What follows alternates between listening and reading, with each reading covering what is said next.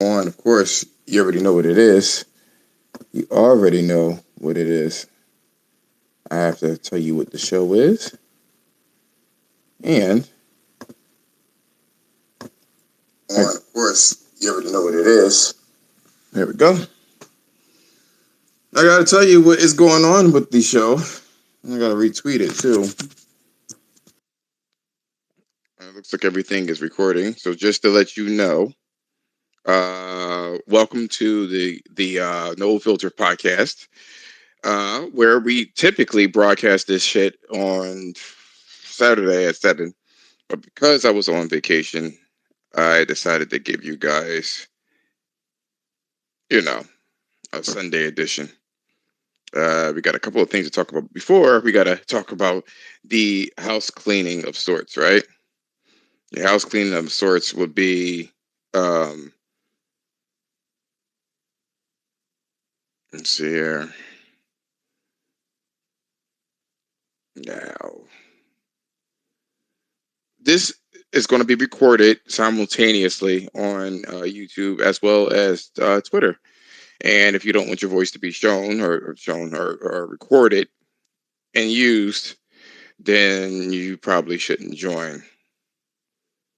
So just put it out there because you got to make these distinct disclosures and disclaimers and shit like that because apparently it wasn't known.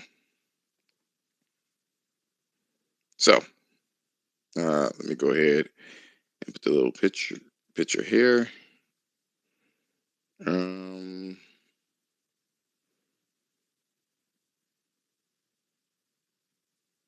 It's not really hump day.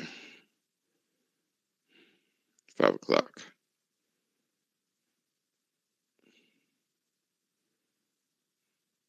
I'll put this here. Cool. Spamming the shit out of everything, right?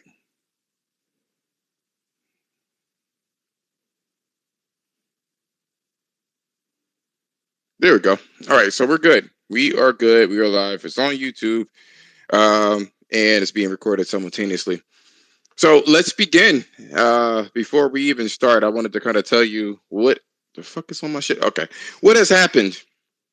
Before we get started, I usually typically wait for the room to fill up before I actually have these conversations and shit like that. And I want to tell you how horrible things went with this fucking trip. Oh my god! So typically every year I go to Florida. I feel like something is on. Okay, that's just the mark. Anyway, I go to Florida, and I usually go to Florida about twice a year. It's my little favorite place. My little favorite. What's going on? I know you. I know the name. What did you call it? Hobgoblin. What's going on, bro? So typically I go to Florida twice a year, and I try to. And well, my friend and I went. He hasn't really gone to Florida like that, and if he did, he can't remember the shit. But usually, I try to go to Florida and have a little bit of fun, and absolutely everything just fell a fucking apart immediately out the gate. I'm usually a very prepared person, and I became the one that wasn't prepared. So that was extremely disheartening. Let me get my coffee real quick so I could perk the fuck up. I just ate a whole bunch of fucking food. I'm a little sluggish right now. But yeah. So absolutely we decided I get okay, so my whole round trip was probably about like 130, maybe even less. And the ticket to go to Tampa was about $40. I take Spirit. I'm not one person to like ultra indulge in, first class and shit like that. Even if I had the money, I still wouldn't do it. You know what I mean? To me, it's ridiculous and really just I don't know. I don't know the word I want to say right now. But I get to the airport. There's a hotel that you can park your car there. So I went there. They have a shuttle that goes directly to the airport. And I'm thinking everything is fine. I've never missed a flight. In the 4 years I've been kind of traveling like this. Never, ever missed a flight. And I get there, and they said that I was supposed to start boarding at 7:05. I get at the fucking airport at 7 o'clock. So by the time I actually made it to the airport, it was quite literally 7:08. I didn't know what would happen if you go to, you go to an airport. I had no idea what was going to happen if you missed the boarding. I thought that you probably had to pay a fee and all that other stuff, but nope. My friend was already in Florida when I was going, because I was going to, it's going to take me about like an hour and a half to get there. So I get there and they told me that I wasn't able to board the plane and see a person of whatever the people are, the customer service rep. Shitty ass attitude as you already fucking could have imagined. And she tells me, "Oh, step aside here." And then I'm like, well, what happens in this particular case? Because I have somebody waiting for me in Florida. And she goes ahead and she says, well, you have to pay $100 receipting fee. I said, cool, I could do that. I could do that. It's no problem. No problem. But you can't go on this flight. And I'm like, okay, well, what's the next flight? And I'm thinking it's going to be maybe like 3 hours at max. It was already at 7 a.m. She tells me 7 p.m. was the next fucking flight, which was almost, bro, almost fucking fainted. Almost fucking fainted. Absolutely devastating, because I have somebody waiting in Florida at that moment, and I didn't know what the fuck to do. It was absolutely devastating. Uh, so I quickly went onto my phone and I purchased another ticket. Remember, this ticket was like $40. Purchased the fucking ticket for $244 to get there relatively on time. It was at 11 o'clock, and I was supposed to board at 8. But I was like, this is going to have to do. My boy has to just wait. He has to wait. And I'm like, oh gosh, man. So I get over there and I tell them, I'm like, okay, cool. Well, as I'm trying to board the plane, there's a plane that's about to leave at 8:30. So I'm like, can you guys move this to 8? Is there any kind of free seats? And is it going to cost me anything? And they told me, no, we'll just move it. And everything was fine. And they did. I get a text message as I'm boarding that American Airlines flight that my plane that was supposed to be set at 7:05 was delayed 40 minutes. So I didn't even need to pay for the fucking ticket that was $244. But I was already in the other plane, getting ready to fly out. And by the time I would have gotten out of that plane to get to the other one, I would have missed it again anyway. And I already paid for the fucking shit. So I was like, I'll get their asses when I touch down in Florida. I said, fine, fuck it. I'll just do it this way. I don't got no time for this fucking shit. I, I just have to keep moving. Finally get to fucking Florida.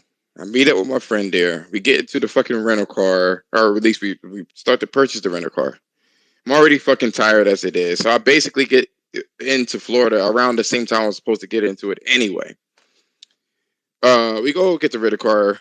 We go to the hotel. The dirtiest fucking hotel ever. Dirty as hell. The drain didn't work. But before I even get into that, they basically stated that I can't even, and it's around like 11 o'clock. They said I can't even get into the fucking uh, uh, hotel until 3 p.m. So I'm like, we might as well just fucking head off to the fucking beach and waste some time. You know what I'm saying? Waste a little bit of time. Fuck it. You know, what else can I do? So I asked my friend Ken, I said, hey, do you mind driving? Do you mind driving? He says, sure. And this dude is, what's going on, Fatal? No, hop in. Go into. I don't know if you're there already, but go into there, man. Um, get into the fucking plane. I'm sorry, plane. Get into the car, and we head over to the beach. And I'm noticing he's not acclimated to Florida traffic at all.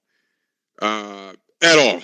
Totally has. It's different from where he comes from. And I'm like, all right, cool. But I trust him. I'm like, he typically could drive well in other places. You pick up some girls, whatever the fuck it is.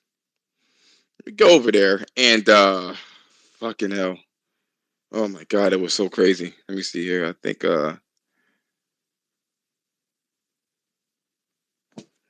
why come this isn't doing what? Okay, so it is doing it. Okay, cool. All right, so we fucking get there and we get to park. We go to the parking, which is like a parking garage. My boy can side swipes a fucking car. Now I already paid for insurance. The old head told me to always pay for your insurance when you rent the car, just in case some stupid shit happens and they try to charge you for it. Oh fuck, never mind. I'm low on data. Man, it's Twitter though. You don't have to. Twitter shouldn't be that crazy.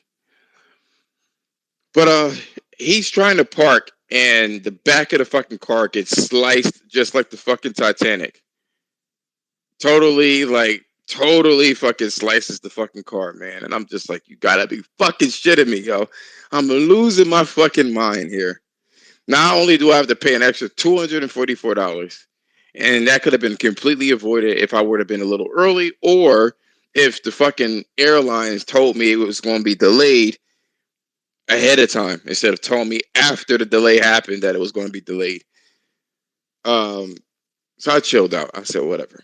I go to the beach, frolic in fucking water, come back, and I'm just like, I still don't feel because the guy told me that's another thing too. I rented a vehicle, and just renting of the vehicle. Um, I had to drop the car off the last day at 12 o'clock, and I was catching my flight at like 7.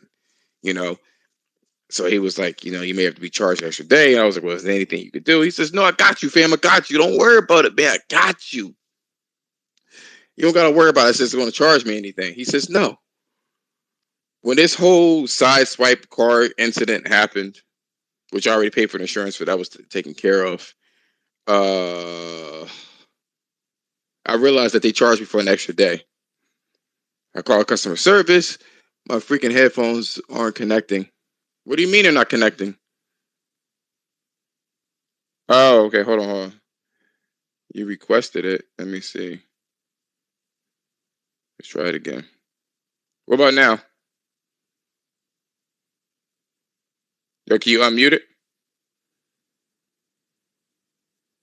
Hello? Yo, can you hear me? Yep, now I can hear you. But my fucking headphones are playing through my phone though. They won't like. I don't know what's wrong with this shit. Wait, they're not working at all? No, my. Can you hear like an echo? My audio is coming through my headphones. I don't hear no I echo at all. mean, my audio is coming through my phone, not my headphones, which is I, weird. I don't hear. Okay, so it's probably some. I don't hear any echo though. All right. I don't hear any echo. So just to kind of wrap this up, or whatever the case is, man, I realized that they charged me an extra fucking day. And I'm like, this is so like the guy lied to me. Customer service is saying they're gonna leave notations in my account and all of this shit. And then we really didn't do anything in Florida, because my whole fucking Florida vacation was fucked up because I was thinking about the car being sideswiped. I was thinking about the fucking plane ticket that I had to pay for like 4 times as much because they didn't want to board me and then told me that the flight was delayed after it was delayed instead of telling me ahead of time. And about time we became acclimated to everything, Ken had the idea to go to the club. This club, I don't know, the Brown Boxers Club or whatever the case is. It's somewhere in Clearwater. We get there and he's talking to some chick, some heavy set chick. She said that she was 200 pounds. And the reason why she told me about her fucking um, weight, she tried to clown my boy. Told me something. He sat down. She was like, "Damn, the whole chair moved," or some shit like that. Some weird ass shit she was doing. She said I was old as fuck too, by the way, or some shit like that. I'm like, bitch, and she was like 24 years old or whatever. She was like, "You're old enough to be your friend's father." I was like, "Bitch, it's like 10-year difference. Relax, relax." So I'm 37. He's 27. So like, all right, fine, whatever. So I'm like, I already told Ken, I was like, I'm not feeling this fucking thing here. Everybody's fucking drunk. They acting crazy as shit. I'm not feeling any of this shit. I'm over it. And he was like, man, you need to have some fun, man. Relax, relax, man. Have some fun. Let loose. Relax, man. Relax. I'm like, all right. I did a little bit and I fell back because he was trying to really talk to this one chick that she claims that she was from New Jersey. So I fell all the way back. Let him do his thing. He hits me up on the text. He's like, "Where are you at?" I'm like, "I'm downstairs, man. That's where I'm at." And he's like, "Oh, come on, man. You know you gotta let loose, man. Stop being like that." So I'm like, "All right, man." I still didn't listen. I go upstairs and I'm like, "Let me just at least try to get into the mood." I've seen all these fucking drunk women twerking on the floor by themselves. It was a pack of fucking women. They all go to the dance floor and they start dancing on each other, and all this other shit. And the guys, most of the guys are looking at all like it's probably like 9 women dancing at this point on top of each other. And then the rest of them were kind of like drinking and shit like that. So like you had this situation where the guys slowly started to talk. And I see Ken, talking to this other girl, the same girl again. He was dancing with other girls, but he went back to try to see where I was, see what was going on. Then he started going back to the one girl. I walked away and came back, and I see the security start to escort Ken out of the fucking out of the fucking club. And I'm looking like, what the fuck is going on, right? So I asked one of the guys, no means no. He didn't follow the guidelines, and no means no. So your boy got to go, man. Which is good too, because it was late and I had to drive home, and I was like kind of tipsy and tired. You know what I'm saying? I'm like, I'm not trying to fuck up this car any more than it was worth. Turns out that the chick from New Jersey, she was over here, and I'll get back in this later, but she was over in Florida for a while. Because she moved. She said she didn't like white boys. She only liked black dudes. Some fucking fetishizing shit. Some bullshit. And that's what ended up happening with him. She ended up calling the bouncer and saying that he didn't know what no was and got him out of there. Which I ended up telling him. I told Ken this shit because he's 27. I'm 37. I was like, in this day and age, you gotta fucking watch out for these modern women. They're fucking crazy. Had she called the cops, man, this night would have ended completely different. She would have called the cops that you did something, you would have been arrested. All because you had your hand on her shoulder only. Bullshit. But all in all, it was a learning experience. It was a very interesting one. Now I know how to plan out things way before time. So that was that. I just figured I'd tell you that shit. That was fucking nonsense to the 10th power, man. Yo, what the fuck? Oh my god, man. Yeah, y'all some rooks out there, man. It was fucking. It was the struggle was real. What's going on? Ken didn't do anything really. He was, you had a club, you may have put your hand on somebody's shoulder or wrapped your arm around a chick and shit like that, and she literally called security. And he wasn't even with that chick the whole night. He just kind of came back. You go to a club, you go back and forth and shit like that. You know, Mm. and that's what he was doing. She felt in her head that he was harassing her. Nah, see, the thing what probably happened is she probably saw him dancing with other chicks and was like, "Fuck this dude," you know what I mean? Like, when you out in the club, bro, you gotta be careful who you dancing with. You know what I mean? Like, if you trying to go home with a particular chick, you gotta zero in on that chick and do your thing. You know what I mean? You can't just be running around the club, this with every bitch. You know what I mean? Talking up every bitch. She gonna look at you like, oh, this nigga out here trying to be a player. You know No, what but I she mean? tried. She So when he tried to came bounce. back She to, she kept trying to leave. It was a whole. It's more to this fucking story and shit like that. And who knows? Like I said, it could be a myriad of reasons. It could be what I'm thinking. It could be what Ken was thinking. It could be what you just said. It could be a whole bunch of stupid fucking reasons. man, yeah, I better off because he's going to Vegas getting some hookers. You know what That's what I said. But nah, it was pretty cool. It was pretty cool. But it was a lot of people from up north that went to Florida at the same time we did, so they weren't representing Florida. You know what I'm saying? What place? What hotel did you stay in? Oh man, some hole in the wall hotel, man. I had a plethora of hotels to choose from, including one that was at the beach. Now I was like, let me just try to reserve some of my points. It was only $1,000 or 1,000 point difference in my job. You know how points work when they give you shit. It's 1,000 points difference, and I was just like, this will do. And I was kind of looking for hotels that had I was looking for hotels that had swimming pools, and they were.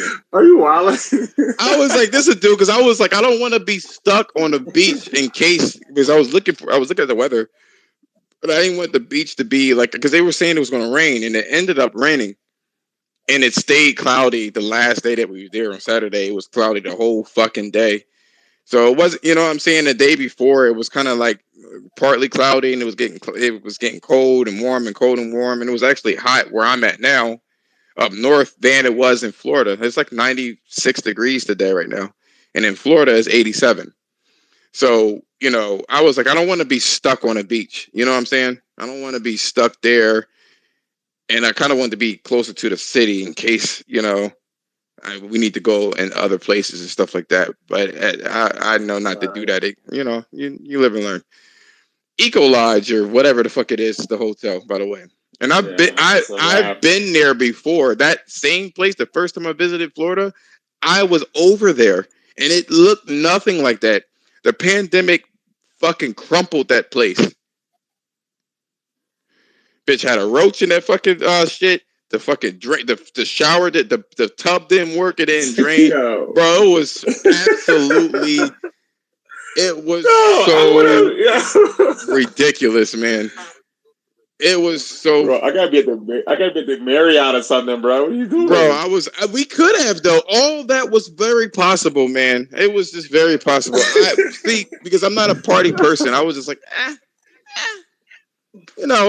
that wasn't too bad. It wasn't too bad. You would have went, bro. You would have went to the Marriott. They would have had they had sometimes, most of the time they had their own bars inside of the Marriotts and shit. You would have met some classier women. You know what I mean? Like, no, it would have been a whole different vibe. Look, I'm gonna get a dossier from you, yo. I want you to give me the whole list of shit because typically I go by myself, and that wouldn't have been necessarily a problem. I actually just like sightseeing. That's what I like doing when I do vacation. And so Ken does too, but like that shit was deplorable. So there's that. Yo, next time I'm about to go into next time. We get some. We go grown and sexy, man. Kid too young. We're gonna leave Kid with these hood rats. We gotta go grown and sexy. No, he got. Hey, what's going on, man? You gotta get trained too. We're about to actually start the podcast here. I just wanted to kind of clearly you guys talking about something else, so I'll let you finish your thought. No, we're about to talk about it now. I was waiting for the room to fill up. Sorry for bothering you. So that being said, we have 3 subjects to talk about, and I want to kind of talk about these subjects in a certain order. Nobody's perfect. That one's going to be last. I want to get the other 2 topics out there. Nobody's perfect is actually relating to Guap. Apparently, a whole bunch of shit was going on with Guap over the weekend. And interesting. I have my own thoughts on it. I related to Guap. I did it space. And we covered it. I'm curious where you stand on. I mean, that's why I say nobody's perfect because I feel like this world is. But either way, that's going to be the last one I wanted to kind of touch upon. Mm-hmm. The first thing I want to do is actually corporate shilling. And that, bro, if you're going to be a fan of something, you can totally be a fan of something. No one's saying that you shouldn't be a fan. No one's saying that. But the weirdness is happening. And like the news kept moving faster than what I could record at this point in time. So I want to actually get your take on there to see what you have to say about this. Because now we got a shit ton of people online, Grabra, that you got a shit ton of people talking about them canceling Game Pass because it didn't have any content. And it's like within a matter of days, for some unknown reason, people were talking about these influencers are talking about them canceling Game Pass because there's a lack of content. And it's like, it's been a lack of content almost since its inception. So what changed within these last couple of days is the question. I'm pretty sure you know what changed, right? I mean, you don't need to be a genius. Well, you kind of need to be a rocket scientist to figure it out, FTC. And I'm loving it. Because if you remember, and I can't stress this enough, fucking, and I'm just being gonna call names, yeah? I don't know about how you do your thing, but I don't have any issue calling people out. Tony Polanco, when he put out a tweet about he doesn't know how to turn a PlayStation off, it was over. That's all I needed. He was absolutely bull. He was, what he does is complete bullshit. At first, I was thinking he was kind of chasing just what the climate of social media was in terms of gaming, and he was just trying to get some engagement. But it seems like there's much more to this fucking story. Yes, what is it? The FTC? What is it, Jeremiah? I'm sure you've seen this shit floating around. Yeah, the FTC. So they were looking into what Microsoft is doing in terms of, these bias reviews and shit like that. And all of a sudden you get like a tsunami of fucking influencers stating that there's not that much content and that they want to cancel their fucking service, which we all know that when Microsoft releases their show, that's when they're going to come out of nowhere and be like, that's all we asked Microsoft to do. That's all we were asking them to do. And now we got it. Things are looking so much brighter for Microsoft. Mm-hmm. When I look at, and I'm going to go to Nintendo and I'm going to go into Sony too, because there's some things that I see some shilling going on with them too. But, the most egregious part I wanted to kind of tackle first. But when you look at Microsoft, right? And it doesn't have to be, shilling doesn't have to be with influencers. It could be just regular fucking people. You got, what's his name? Kid Smooth.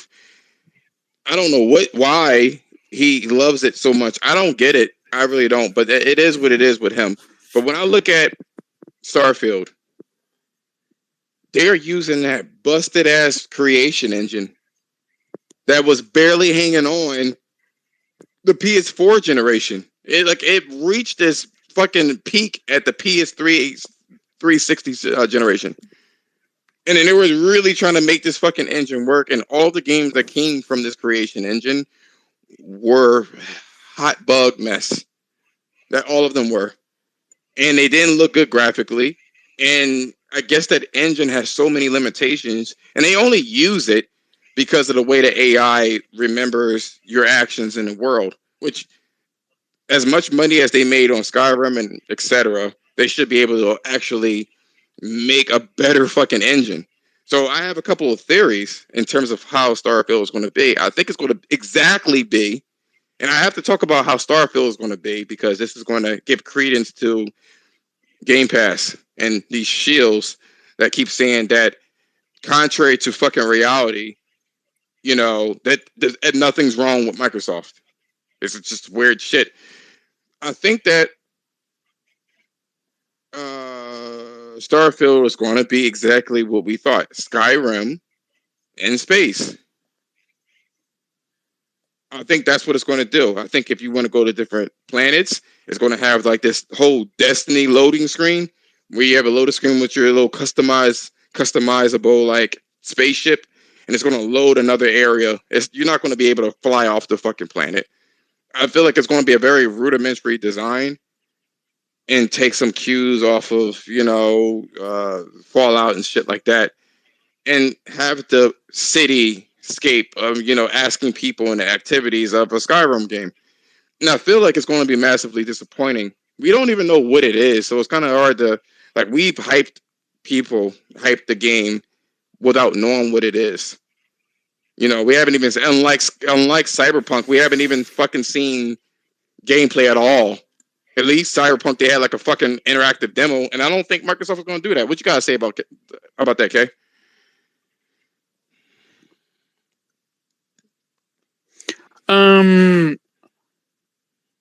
I have no idea why people are pushing for this game when they have absolutely no idea what it is.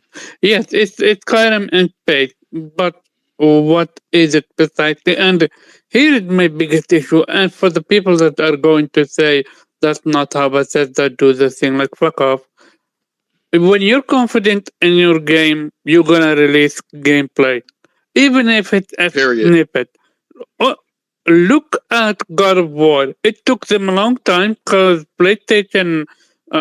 That's also another issue I have with PlayStation. PlayStation have the habit of focusing on one game at a time. They almost think like we're stupid that we can focus on two games at a time or something. I have something to say So about that too, now but go that on. now that Forbidden West is out, now that Gran Turismo 7 is out, they are now focusing on God of War. We're seeing the information drop. And uh, I I I commented on the tweet, and it's basically a 5 second clip, less than 5 second clip of them showing something. And I said, you don't need an event. You are the event when you are confident about your work. You don't need a big event to showcase your game. You can literally do it on Twitter, which we're seeing now. Yep. God of War could have easily have waited until the event. Of course, but they're gonna host the event. We're gonna see uh, a long version of gameplay. Fine, but they're not hiding behind concept art. They're not hiding behind in-game engine. They're showing you gameplay, something tangible, something you can dissect. Even if it's unfinished, so what? At least we get an idea. Okay, so this is a single player third action semi open world game with hack and slash. Yeah, it's a part two, but still, it's just the concept. It's like when again for the second time in a row, what's his name? Starfield developer comes out and says that it's in developmental hell.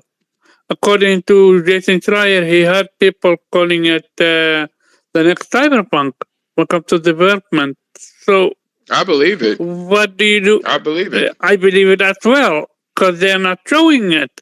Nothing. But Nothing. here is Even what the Cyberpunk. Even CD Project Red, whether you call it a fake or not, they had it from the concept to its release. We got an understanding of what Cyberpunk is, and there are some things missing, but the concept and the skeletal, the foundation is still there. We don't even have that for Starfield, and somehow it was going to be Game of the Year this year by these influencers. But here's where the biggest problem is. It's not that in developmental hell. According to what's called the Rising of Kratos documentary, God of War was a mess until 6 minutes, 6 months before release. So that's So was not. Horizon. Horizon, but they showed Horizon. So here's the thing: the same thing happened with Horizon, Yeah, where I think it was Shuhei was like, "This shit is fucked up," and it didn't start coming together until the no, end. I think that was God No, of War, it was but oh, also maybe the it was Horizon. also Horizon. Oh, okay, thanks. Yeah, but do you know what the difference is between two companies? One company is not waiting out. We can't wait to show you the reveals, the gameplay reveal. Other company is doing it. The irony, the genuine irony, almost like a month or two before the delay, they came out with a tweet saying, "We can't wait to show you the reveal for the gameplay." I'm like, if you know you're in developmental hell, why the fuck are you pushing for this uh, fake narrative? Why are you making people excited only to disappoint them? So this is. You would have, yeah, go ahead. I was going to say the same thing. I'm gonna ask Jemiah too after this. The same thing happened to. I would say that Ken said this shit too. Ken Dubog that's in here too. they're buying time because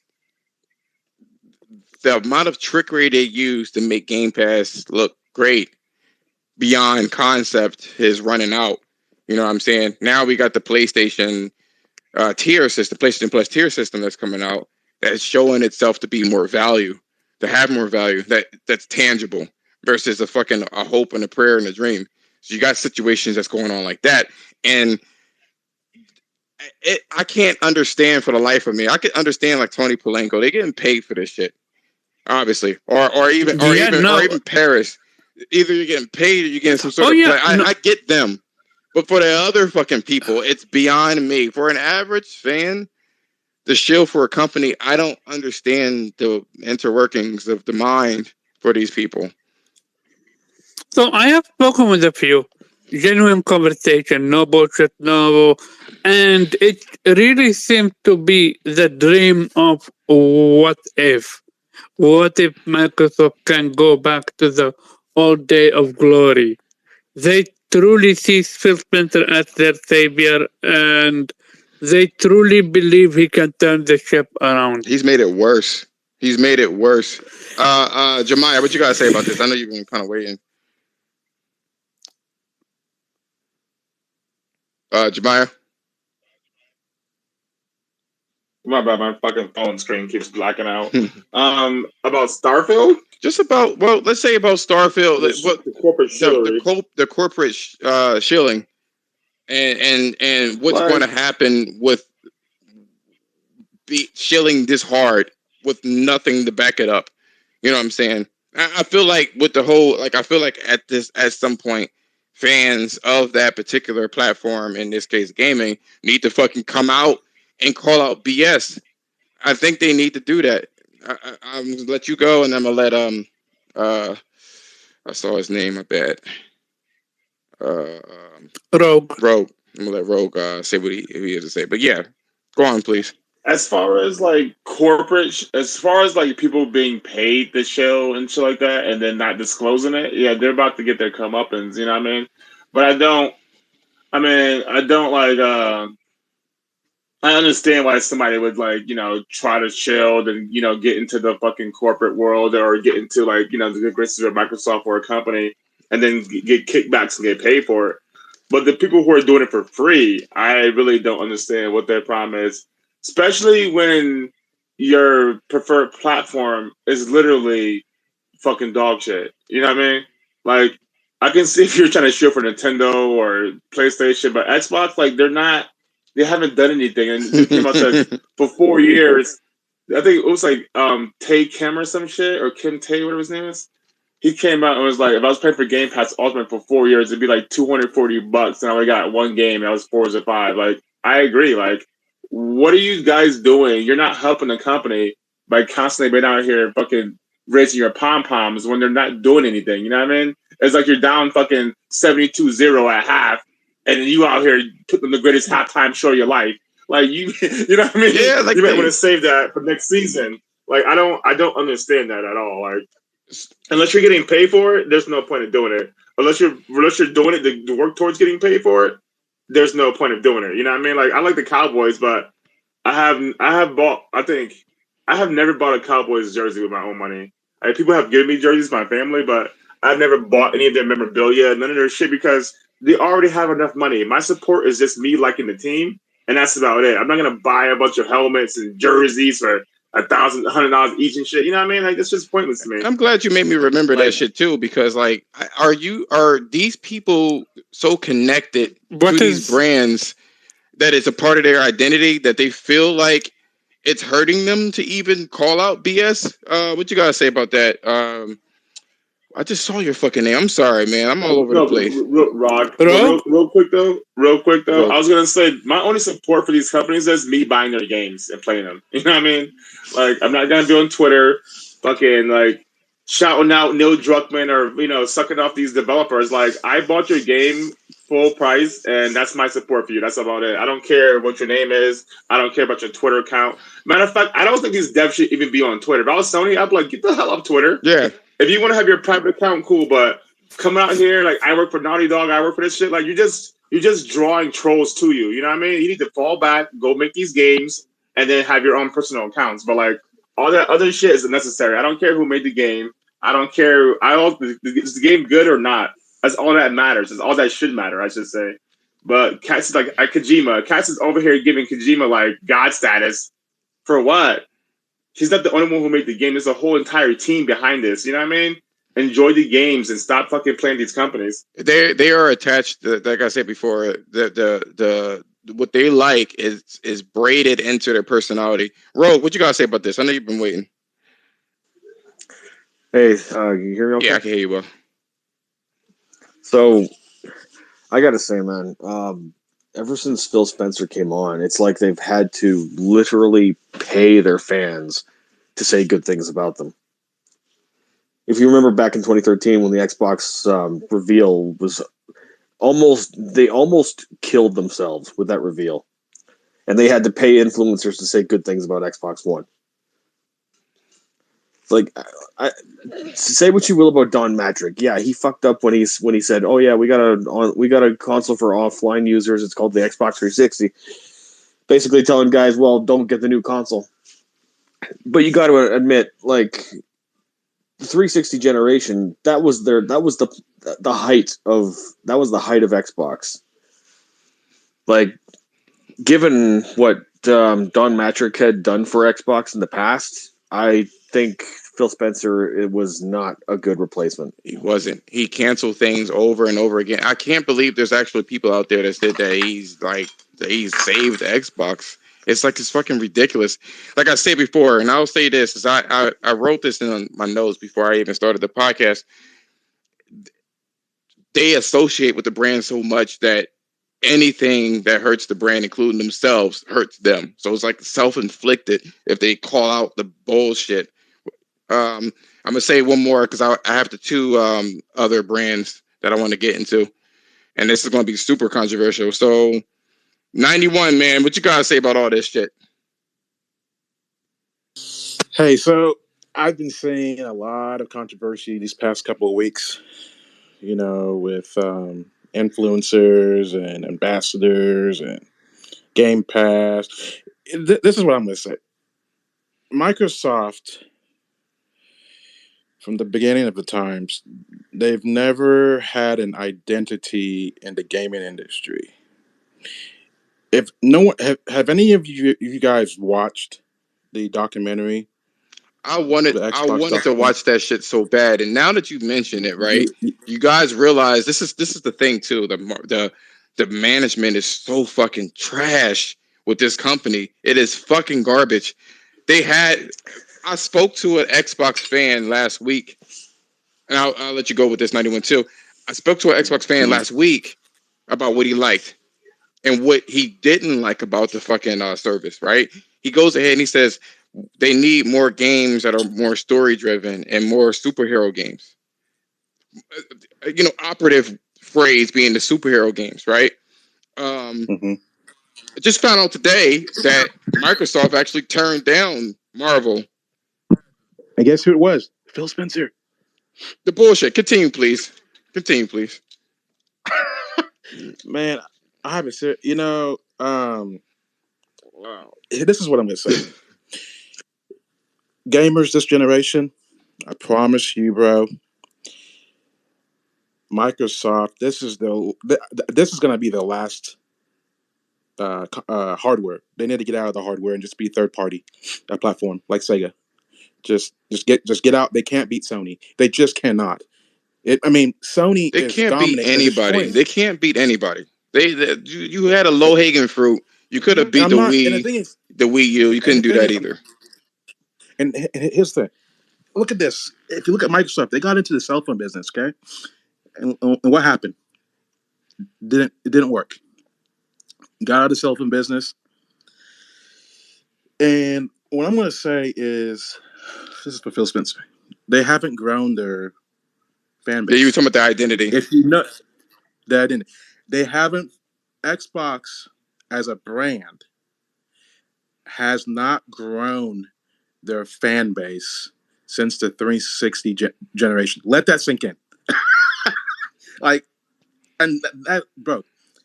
over the life of Xbox One, they've only sold what 60 million, maybe 50 million I think it's consoles. 50 million. Yeah, 50 million. And PlayStation has sold what, over 150 million. That, They have they're the market leaders. Last generation. Yeah, 100, yeah, last generation. 117. PS4. 117. Okay, Microsoft, and you have Phil Spencer, who's been with them for this long. This is what I'm going to say. I honestly believe Satya Nadella is a very, very smart man. He's going to Phil Spencer will get fired. I promise you. Moved somewhere else because you have 25 million subscribers. Okay, and Game Pass has been out since what, 2017, I believe so. 2016. Okay, you have 25 million subscribers. Your Xbox fan base, they don't buy games. Okay, you have mismanagement. 343. How do you you destroyed Halo? Halo doesn't look graphically impressive. Okay, it's in bits and pieces. It's a subscription service, man. Think about this. You haven't released ray tracing like you promised. Minecraft is the ray tracing technology is not even implemented on the Series X or the Series S. The Series S is holding this gen back. Developers have been complaining about it. I mean, I can go on and on and on. Gamecast.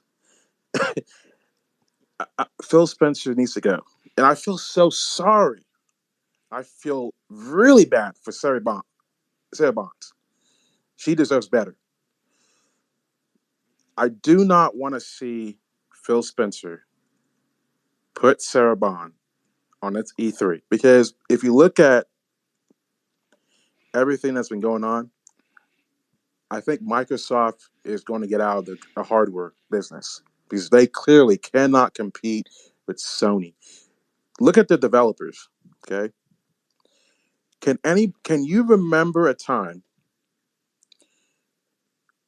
Microsoft, as far as their games, has any of their games been appealing? Something that wows you. You can't. Look at That's the thing. You can't. I'm gonna let because shut him down. What the fuck? Anyway, I'm well, yeah. I'm gonna keep it short. Can anybody recall a time when Microsoft won Game of the Year? No, but that's the thing, man. People can sit there and say that it's subjective. So it's that type of speech is a slippery slope because people can literally just make up their own fucking reality. Hold on, Rogue once more, and then Fatal. Sorry. So, 91. You were talking about Xbox's identity and whatnot. The funny thing is that Xbox very identity is being anti PlayStation because the only reason they entered the market was to get Sony off the console market. Well, it was a disruptor. That's what they were trying to do. They were trying to disrupt the market. But the thing is, they lost Bungie. Okay. No, I'm talking about okay. like in the very beginning Yeah, when in the the very PlayStation beginning. 2 was out. Yeah. Xbox Because entered the market. Because Bill Gates was scared. Bill Gates Yeah. was scared. I promise. Okay, this Sony and Nintendo, those two companies, okay, are deadly. Deadly. Mm-hmm. They can. If some, I promise you, if the CEO of Sony said, you know what, we have the best gaming developers on the planet. You know what we're going to do? We're going to end Microsoft if they can end Microsoft for good this generation if they wanted to. Well, the Xbox division, yeah. The Xbox, they can just say, yeah, you're done. Their PlayStation subscription has higher quality games. Mm-hmm. If you look at the pattern of Game Pass, I haven't subscribed to Game Pass since March. I don't have this. I buy my games. I bought Control. I know it's an old game, but I bought it because I looked at the It's a good reviews. game. Good game. I have this. I don't want to. I've never been a fan of subscription based services. They don't. It doesn't work.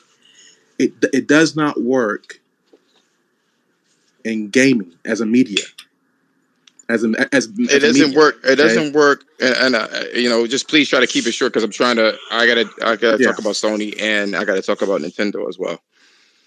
yeah. Cool.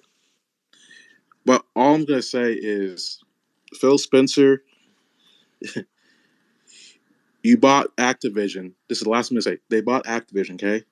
And all the fanboys were saying, Xbox fanboys say it's going to be exclusive.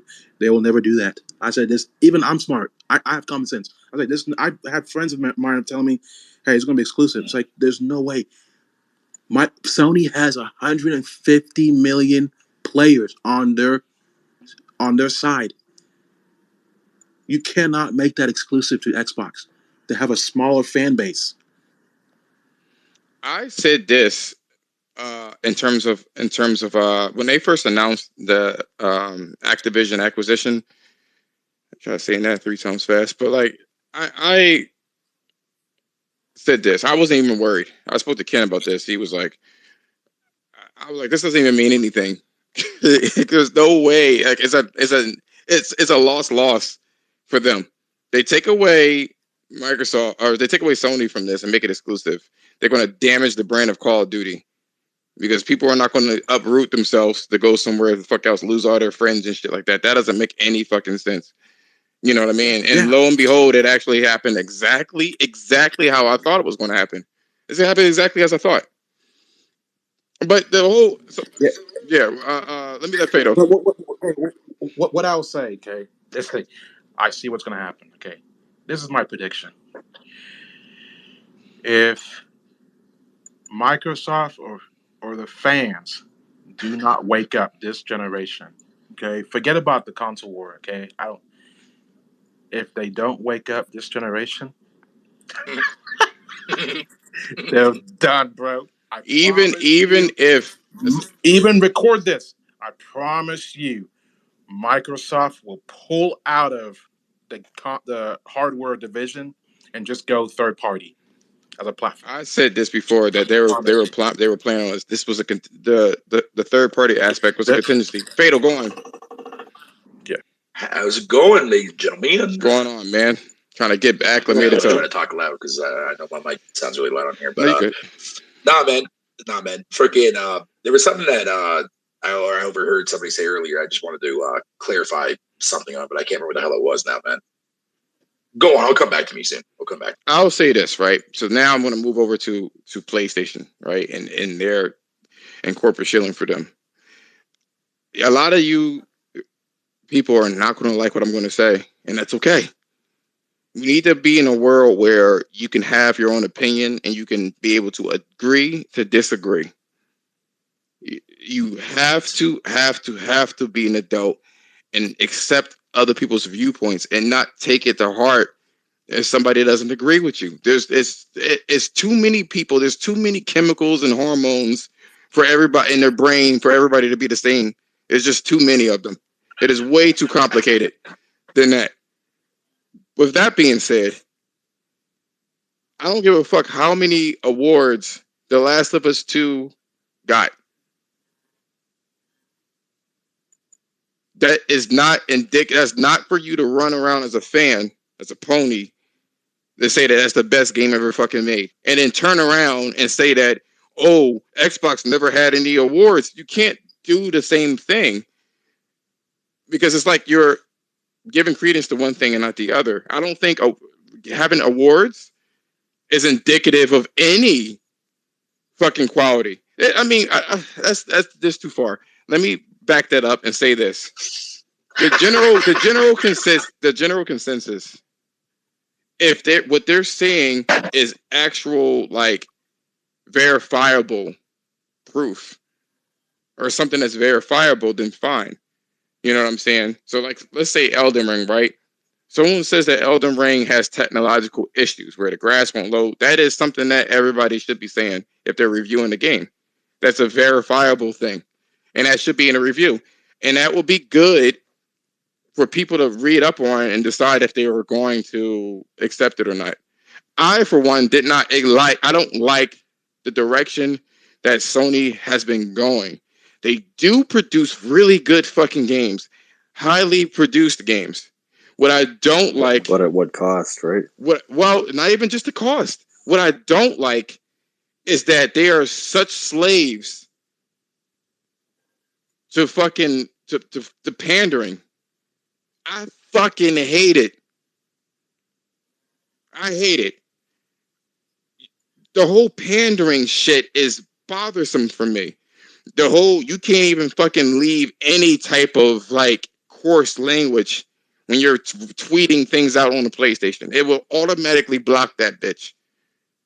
And you can't submit things. Shit. You're talking about the censorship? The censorship is outrageous because they're trying to pander. It's insane. They're trying to pander to people that fucking don't probably play games.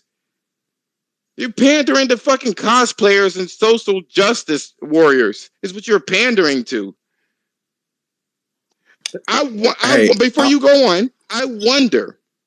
And let me go back to The Last of Us Part 2. Had 200, who the fuck knows how many awards.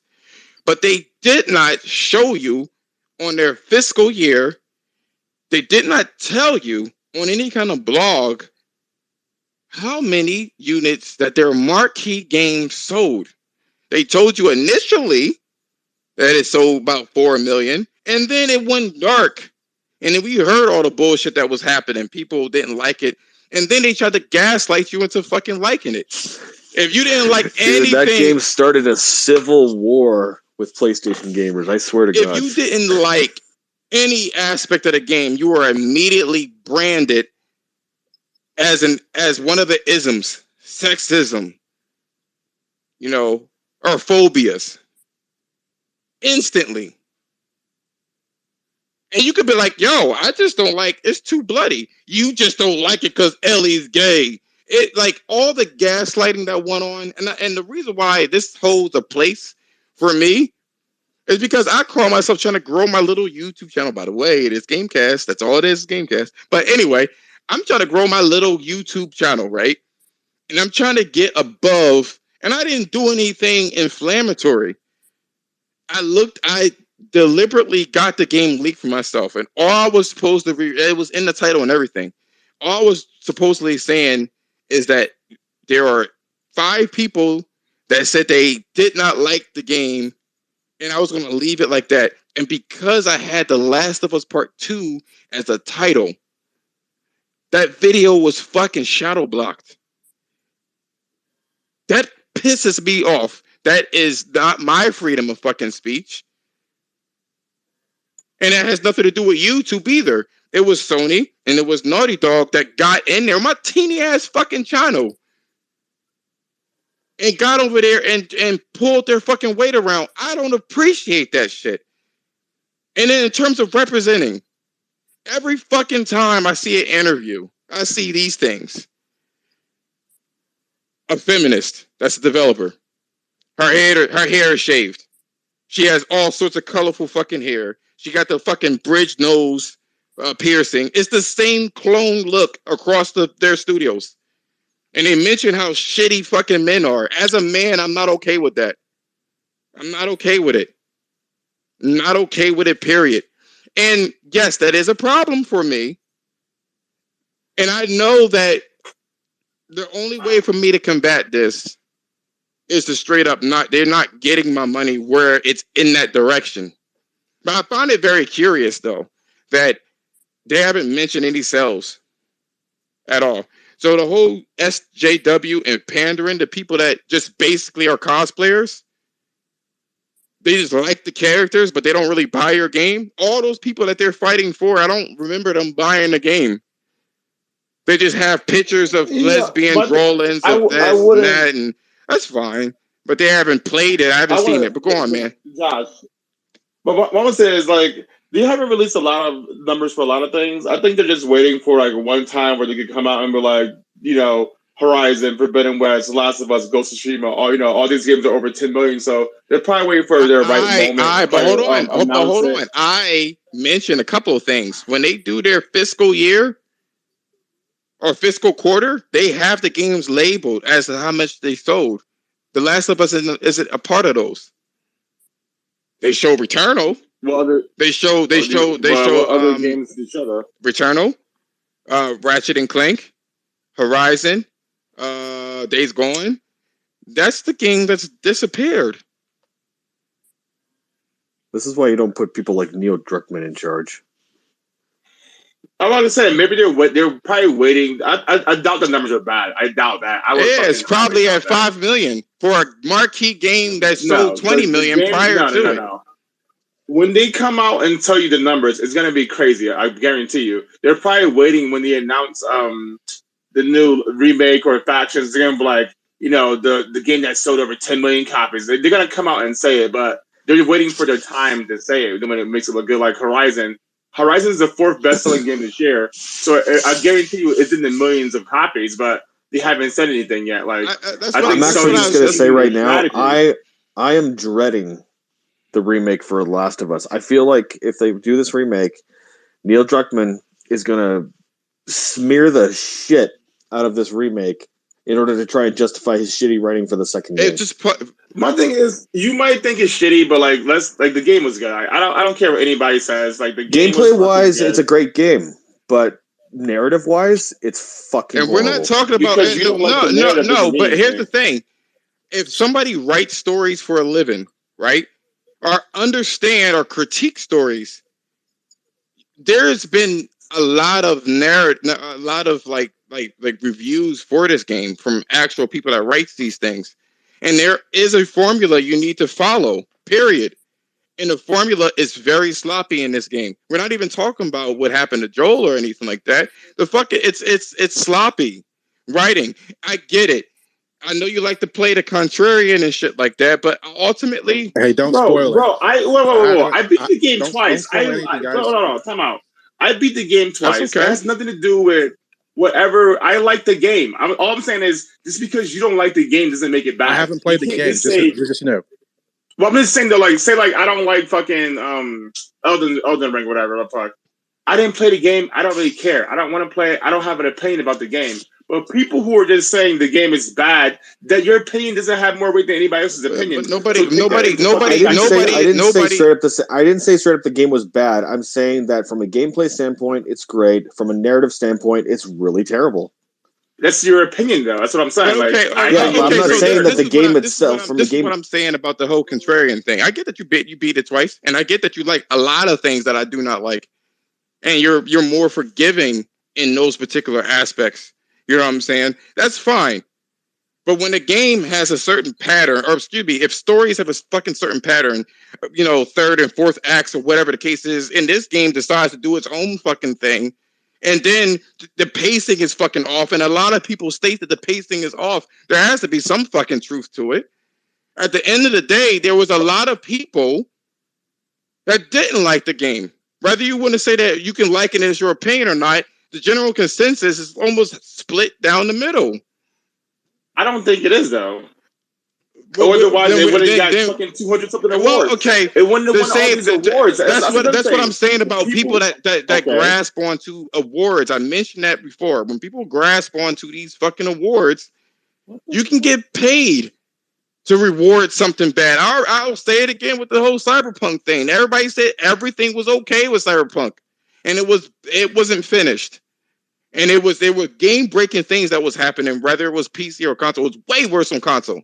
And they leaned into, I didn't play the console conversion, so I don't know. There's documented proof across the fucking board that there was problems with the fucking game. And it still got tens.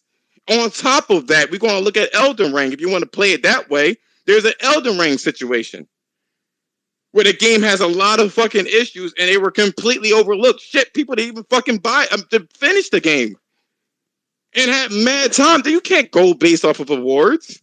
But what you can do is go based off of what the sales are, and we don't know. That's one of the only games that we don't fucking know. Factions was supposed to come out 2 years ago or a year ago, whatever the fuck the launch was for the game. Josh, what I'm saying is when you have a consensus of different institutions giving things awards, it kind of gives credence to other people's opinions, right? So, like, you're saying that half the people didn't like the game. I mean, it's fucking fine. Let's go with that. They still bought the game, right? So that still sells. But my thing is, just because you don't like the story, the way the story played out, because Joel got smacked in the head with a golf club. Fuck spoilers. You should have played the game Every already. time somebody says that, when Because somebody what? hold on, Because okay, wait, hold on. But that's the same thing that always fucking happens online every fucking time. That don't mean that you can't relegate this argument to saying that you don't like it because Joel died. Okay, That's not the case. I don't fucking understand. No, I don't fucking understand what people's problem with the fucking game is. It's a simple fucking concept, right? Pacing. It's a revenge That's what story. it is. You pacing. What Pacing is sloppy. What fucking That's pacing? what it is. I'm so sick of fucking this pacing argument. Then we can't. Pacing argument. That's the dumbest fucking argument it's ever, not. bro. It's not. Pacing? Because yes, pacing. The game If you allow pacing to be off, then you can lose the fucking plot. If your pacing is it's not balanced. If it takes too long for you to get from A to B, there's a fucking problem. Hey guys, it's a fucking journey, Who's talking? It's me. Oh yeah, go on, man. This is ridiculous. Okay, let me say this. Okay, I haven't played The Last of Us Part 2. I haven't had a PlayStation. But here's what I want to say about Naughty Dog. I've had PlayStation 2, so I played their games in the past. Go on, please. So what I'll say is, everyone complains. We get Microsoft. I want to kind of just talk shortly about the exclusive side on PlayStation and people shilling. But what I would say is, I want to go off topic here, is people forget about one studio that Microsoft does have an ace up their sleeves. Forget about Hellblade 2, is the Initiative. And the reason why I bring this up is this could be a groundbreaking game, I think. Because of the guy who rebooted Tomb Raider, Daryl Gallagher. If you guys don't know who he is, you guys need to look him up. He's a visionary in the gaming industry. He's been around for just as long as Naughty Dog and some of the great developers. And the reason I'm saying is because Perfect Dark, the game itself, revolutionized first-person shooting and storytelling when it came out. Have you played the first Perfect Dark game, Pass? Yeah, I played that years ago. Okay, if Microsoft does this game perfectly with their own new engine, whatever engine from the rumors I've been seeing, is Daryl Gallagher is the head of the Initiative. Forget about them losing, developers, guy from Insomniac, Drew Murray, and Dan Newberger, the game director. Mm-hmm. The first Perfect Dark had the same issue as far as development when the first Perfect Dark came out. I'm not including Perfect Dark Zero, okay? What I'm saying is Perfect Dark, that game revolutionized first-person shooting. Let that sink in. If you don't believe me, go play that game. I'm going to say this. Going to say this, right? Because if you play PC, that would not be an accurate assessment. Either way you look at it, right? I don't like what he did with Tomb Raider, period. But I want to stay on topic here and talk about the situation with PlayStation. This is not a Last of Us bash fest at all. This is about Sony feeling like they have to pander to certain people and compromise in their vision. That's what this is about. For some reason, huh? I didn't know if I could comment or not. Oh, go on. Who is that? Hi, my name is Champ. Oh, Champ. Go on, Champ. Shut your ass up. What's up? Yo, I'm about to like dip real quick, but I want to comment on. I just think like it's just interesting, like trying to, how people are like in this creative space, whether it be TV shows or I don't know, movies, but particularly games, and like how I don't know what movement happened, but like I don't know if it's some type of progressive movement or something, but it's entered, of course, the gaming, verse to where people are like screenshotting all of the main characters, most or a lot of them from gaming, and they're mostly like okay, the thing is the straight white male thing. So they're like, all right, well, we want diversity and such. So here comes The Last of Us. They're of course wanting to put out that it's okay to have a LGBTQ, whatever the rest is, as a main protagonist. And it's not the fact that I have an issue necessarily with that. It's just that I think the delivery of diversity sometimes can be just a little too forced. And it's just like, for me, for instance, I'm a black male. If I want to create my own game and I want, like, let's say a black male protagonist, for someone like above me to say, like, yeah, that's cool, but can he be gay or Asian at the same time? Like that feels like you're now infringing upon my creativity. And now I'm like, okay, well, in order for me to feed my family, I got to do this. So I just don't like the forcing of like certain narratives in gaming or whatever it may be. Like, I understand people have their political beliefs, and cool. Like, if your creativity or background says you want to put a certain message into your game, I think that's fine. But it's just like, don't let it overshadow your creativity.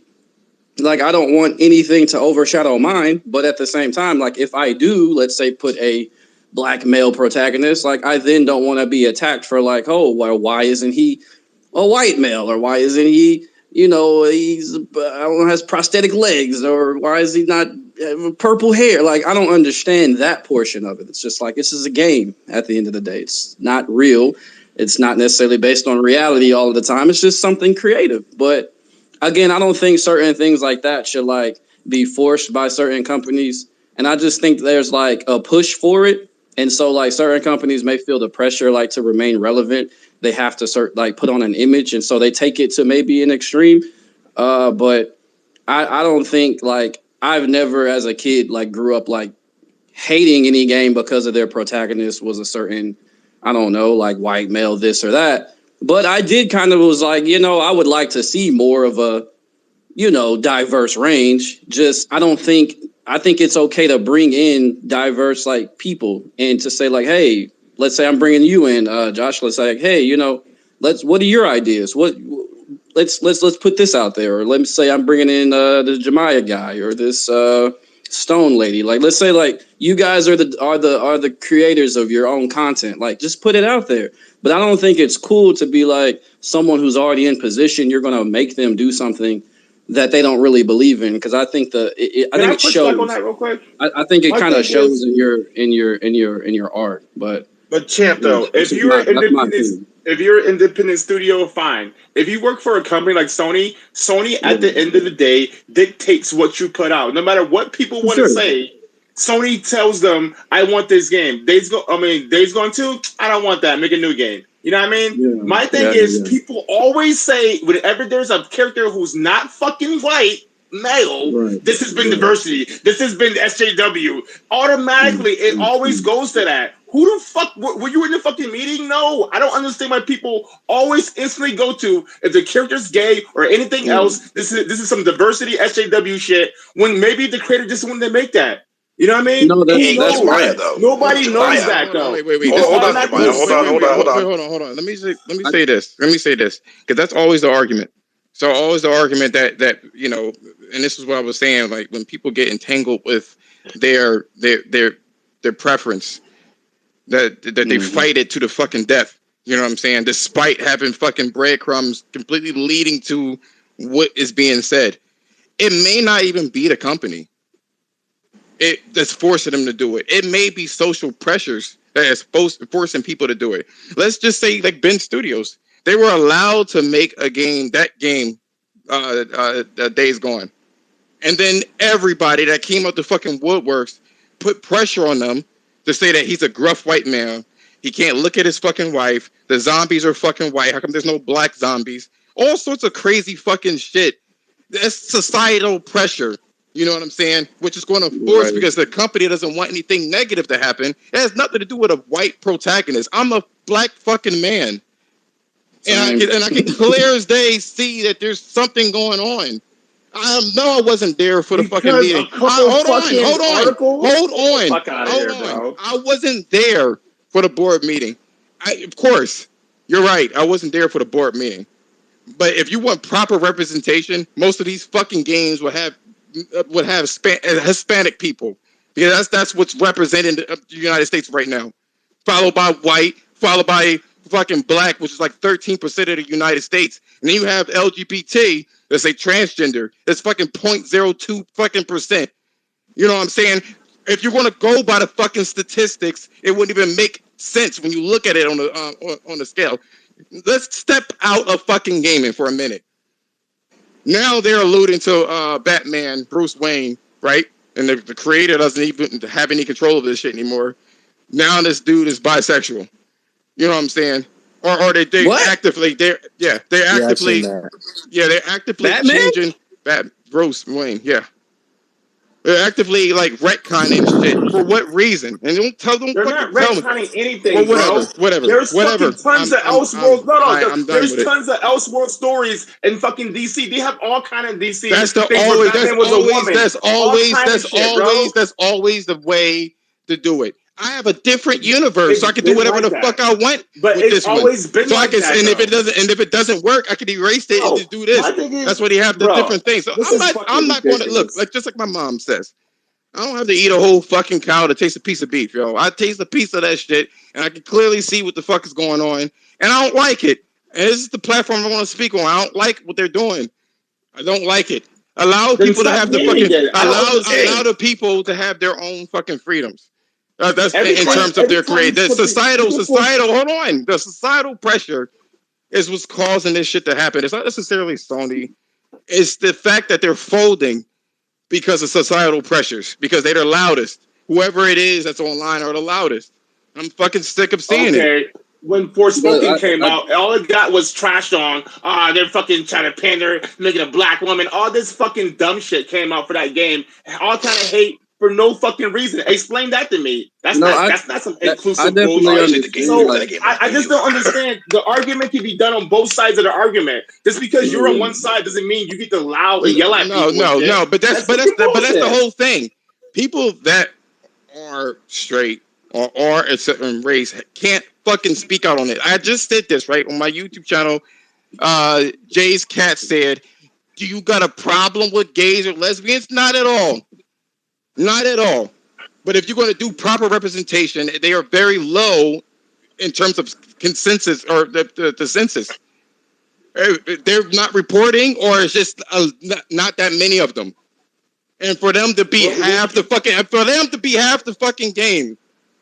How are half the games gay people? So Are you kidding me? so for all the cast that they have in there, for the only thing that you spotlight is, I get it, fine, whatever. But a lot of the times they piggyback off of stuff that is existing so they can get that in, because the actual demographic of what they're trying to lean towards won't bring the fucking bread home.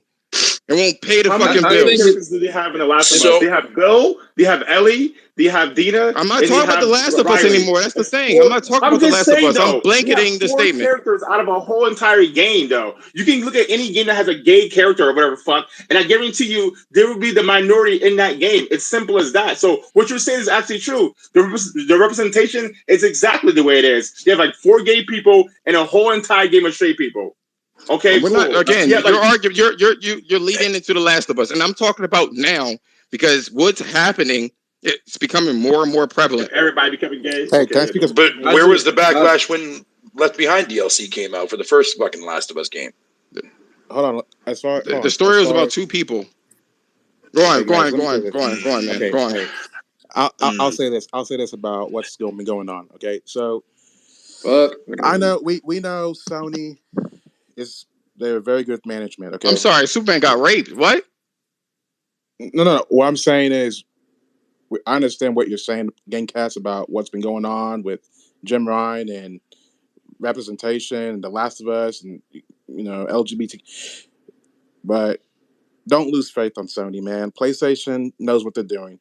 If you remember, at the beginning of the PlayStation 4 generation, who was the SIE head of SIE? It was Jack Tretton, right? Mm-hmm. Okay, and what did he do? What did he try to do to PlayStation gamers? They try to push the service on you guys, the Game Pass. PlayStation now always, because they bought this Gaikai. company, Yeah, Gaikai. Okay, and guess what happened to him? They got rid of him. No, he was only there for a certain amount of time. He was only there to bridge the gap because of the Japanese culture was so fucking strong within Sony that like they didn't want to fire people. That's a typical thing of Japanese culture. They don't like firing people, so they got a white guy that's his forte. Yeah, but to try to clean things then up. They moved him to as chair. So now they brought in who? Sean Layden, which pushed PlayStation, which made PlayStation so successful last generation, right? What made PlayStation successful last generation is the content, the diverse content at that. You had things like what do you call it? Gravity Rush, The Last of Us, Spider-Man. You had you had VR. You had a whole bunch of shit that made it successful. You had a whole bunch of things that made it successful, and because content rules, it's fine. Look, this is beyond just having gay or black or whatever characters in your game. It's the fact that the narrative is pushed in a certain way, not just characters. You can't say what the fuck you want to say, even if it's benign. I was like, I'm getting my ass kicked, blocked. You can't say that. Yeah, that's it. You know what I'm saying? Weird ass shit like that is like because they don't want the smoke from the loud people that are online that complains about every fucking thing. Because if you God forbid, if you put something out there and make what you're trying to make, then all of a sudden there's always going to be somebody complaining about whatever it is. If I want if I want a black character in my game,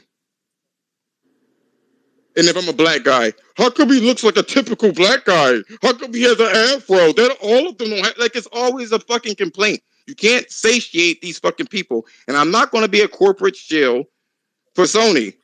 I do like their shit, but I'm not buying the shit that's not conducive to what I like. I'm not. Look, that's just the only way I can fight back. As you always say, Jemiah, you always say that. Don't fucking buy it. And there's a lot of people that says don't. Vote with your wallet, man. And again, this is a public service announcement. Vote for your wallet. What's your wallet? I'm just expressing to you that I don't like it, and I'm not going to buy it. That's all I'm saying. The censorship, though, I would say that shit is a little egregious on Sony's part, but I can understand. Once, like, the thing is, people have went way out of their way to drop N-bombs and F-bombs and harass people and all kind of shit so much that Sony had to do something, and now they did something. So I can't blame them for taking control over their platform because ultimately, whatever happens on this platform is their fault. You know what I mean? So they have to control that. So when people got all control, dropping N-bombs, calling people F-bombs and all kind of shit, get in the kitchen and, chasing people around and shit. That's what you guys get for this fucking online fucking culture that was created. You know what I mean? You can't blame Sony for that. But again, I'm not. Well, hold up. Before you go on, because I gotta talk about Nintendo next, right? Okay. I will say this: the whole online social aspect is fucking humanity up, left and fucking right. Is actually making it worse in terms of freedom of speech. It was partly designed so you could express yourself, and now because it's being abused, you can't even fucking express yourself the way that you want to. Like I said before, going back to games like The Last of Us and shit like that, and you have options and whatnot. All the things that people are complaining about because there's so many like opinions. And everybody want their opinion to be right, just like you mentioned before. If you don't like The Last of Us, fine. That don't mean that it's wrong. Just like the opinion that you said before, fine. But there's always going to be a person that can't, and that's what I was saying before, they can't agree to disagree. Again, I want to put out there that I'm not going to be a shield and just keep saying that Sony is just absolutely fucking perfect. They have a problem with trying to pander to people, period. And I really do believe at the core of myself that they are compromising their vision, especially with online things. I believe PlayStation Home had a vision where you could just walk up and talk to people, and you couldn't do that. They had to patch it out back in the day with PS3 because somebody fucking complained about being harassed or whatever the case is, where you could just fucking mute people. Same thing with fucking Twitter. If you don't like what the fuck somebody's saying, there's a groups of mass bannings Like, just okay, that's a person's opinion. Mute the bitch. Oh, you're fine. But people want to be right so fucking much, and it's fucking irritating. Let people do what they're going to do. Even if Sony said no, you could do whatever the fuck you want to do, and Sony gave these people a blank fucking check. Sony didn't ask Neil Druckmann and friends to make that game, but they felt like, and he mentioned this on fucking multiple interviews, that Anita basically had him see the light, and he designed his game based off of that shit. That's literally on record with that dude. That is compromise. So there's where you got that. Shut up. I saw your message. I'm just saying though. Your ass up. I was going to say earlier though that when it comes to this whole, someone was mentioning how online culture was getting so bad. That was Jemiah. Yeah. With that same logic, how come Xbox doesn't employ the same censorship? I don't know. I'll explain to you why. Because the bigger you are, the more spotlights are on you.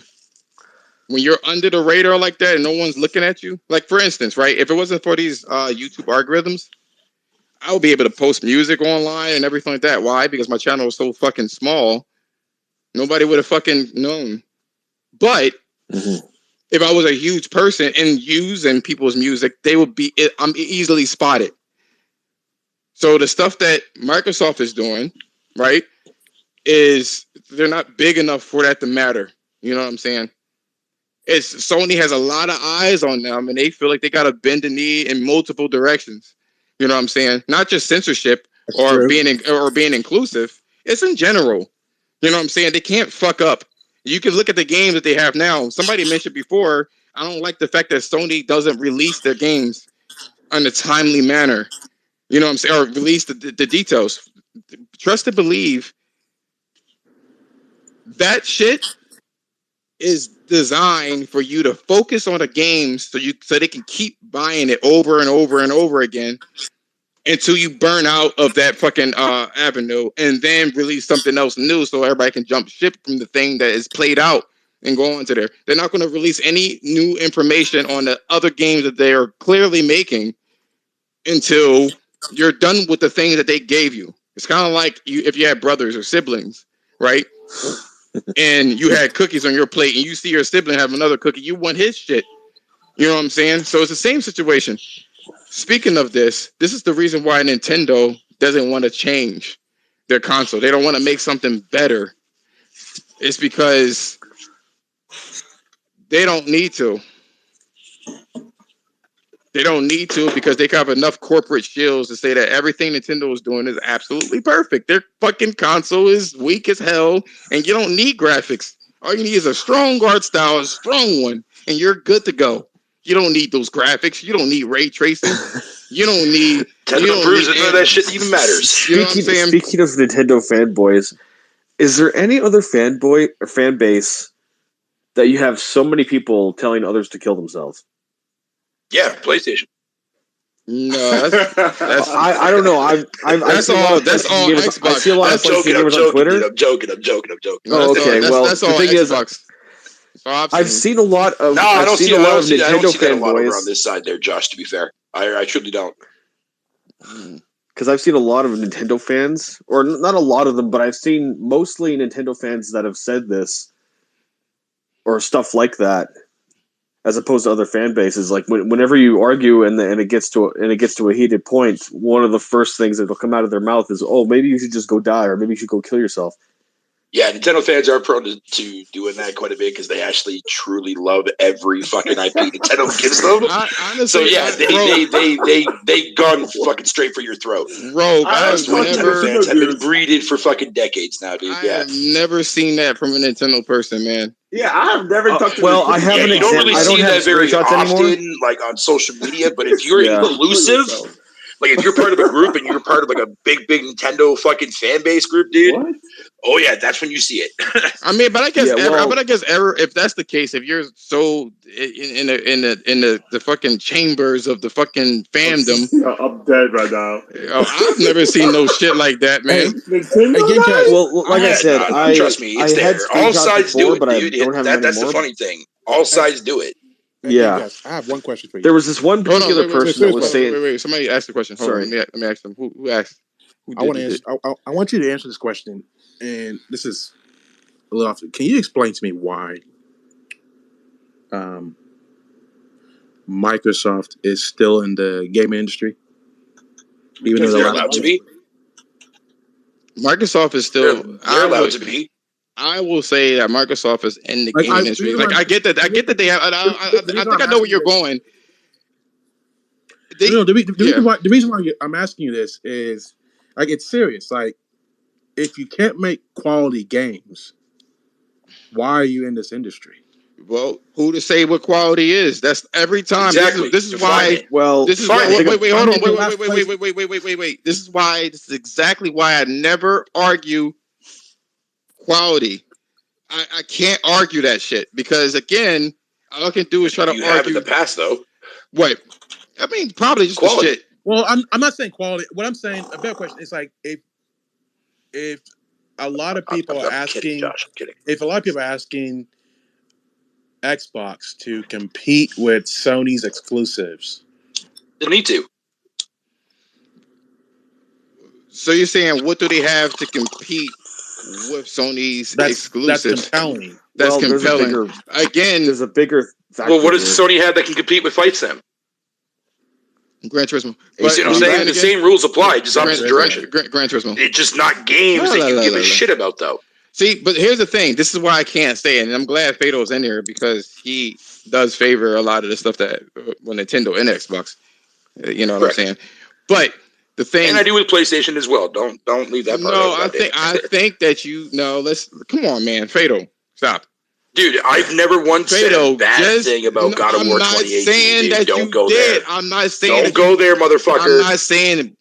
I'm not saying that you did. But what I am saying, right, is that if you have a preference, you have a fucking preference. You know what I'm saying? I'm not. No, I do. Okay. No, that I do agree with. Yes. Yeah, because I have my preference. My preference on record. You play all of it. You play all of it. No, you play all of it. But I have my preference too. Everybody knows that I like PlayStation. If you know me, you know I like PlayStation. That's my preference. But I'm not going to sit there and be a shill for them. And this is what I was going to say. I have to focus on the Nintendo portion so we can move on to the next topic. There are a lot of shills for Nintendo. Nintendo, you got these people that are running around. They don't do it as publicly, but they definitely just take whatever Nintendo gives them.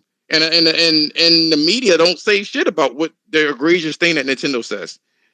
You know what I'm saying? Because a lot of the times Nintendo will block your ass from either displaying their games on YouTube or giving you shit. So I think that you know what I mean. That's a type of shilling. You know what I'm saying? Wasn't there a Nintendo YouTuber who was trying to throw shade at Elden Ring for not being as good as Breath of the Wild?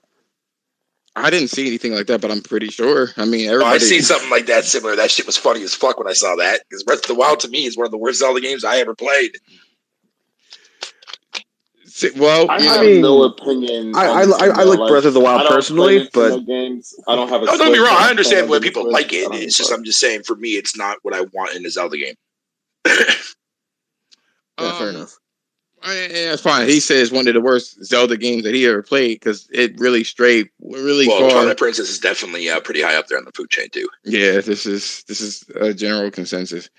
But yeah, I mean, that's what people say. They're not feeling it. I wonder what happened with 91. Right. I guess I don't know. But anyway, for Nintendo, they are allowed to do all sorts of shit. You know what I'm saying? And they're allowed to have very weak hardware.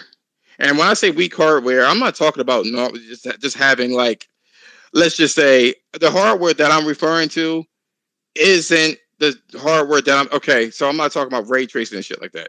Like the bare essentials, such as, I don't know, a decent fucking frame rate, 30 frames at minimum. You know what I'm saying? Their hardware just can't handle it unless your game looks like trash that type of stuff. Well, it's literally running on the Tegra K1 processor. We're talking about a device that's barely above PS3 levels of tech. Not even. Like, have you guys seen the Digital Foundry video? 2, right? Was it the what was it Tegra was it the is Tegra 2?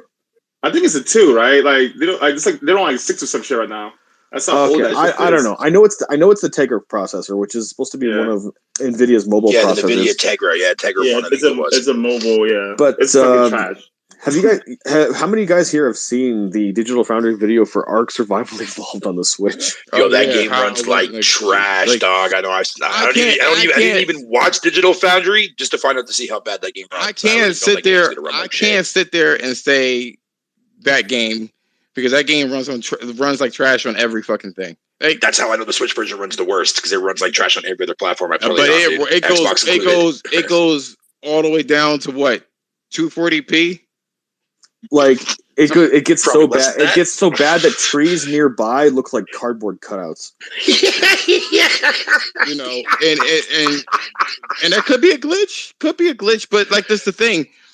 It's not a glitch. The output of the games that you got fucking The Witcher 3, and that didn't have too many problems too. But like even when you look at Digital Foundry and they kind of speak to the heavens about we got Doom and it runs at 30 frames and it's so stable, it's so good. You know, I'm like, all right, you know, and you know what Nintendo does this though, right? Why would you say? They've been doing this since after the GameCube generation. They took the Blue Ocean strategy way out, man. Oh yeah. They were sinking a lot of money. Yeah, into, they were taking a lot of hits from being that more powerful console. Let's be honest, the GameCube was a more powerful console than the PS2, but not as powerful as Xbox was. But they just weren't happening, man. Like, you know what I mean? Like, devs didn't want to program for their shit and fucking whatever you want to call it. So they said, fuck it. So GameCube, like the Blue Ocean way. GameCube had some things, and it had more features in it. And the PS2 had processors. The remake to RE, dude, man, was Shinji Mikami's favorite console to develop for, man, was that fucking little beast lunchbox of a console. Well, because he gave us the remake, the one. Zero finally came out. But here's the thing, though. Here's the thing when it comes to the PlayStation. If you don't lean into a console strength, it's like if your engine isn't catered to it, because textures were not PlayStation strength at all. What was PlayStation strength is alpha effects like DVD smoke. Player. No, shut the ass up. Stop interrupting me. Particle systems, lots of polygons, stuff like that. That's what they were. That's what it was able to do. Are you talking about the original PlayStation or the PS2? Because the PS2 had a because the PS2 had a 128-bit processor, and I think it was the only one that actually had that. Yeah, for a while. Well,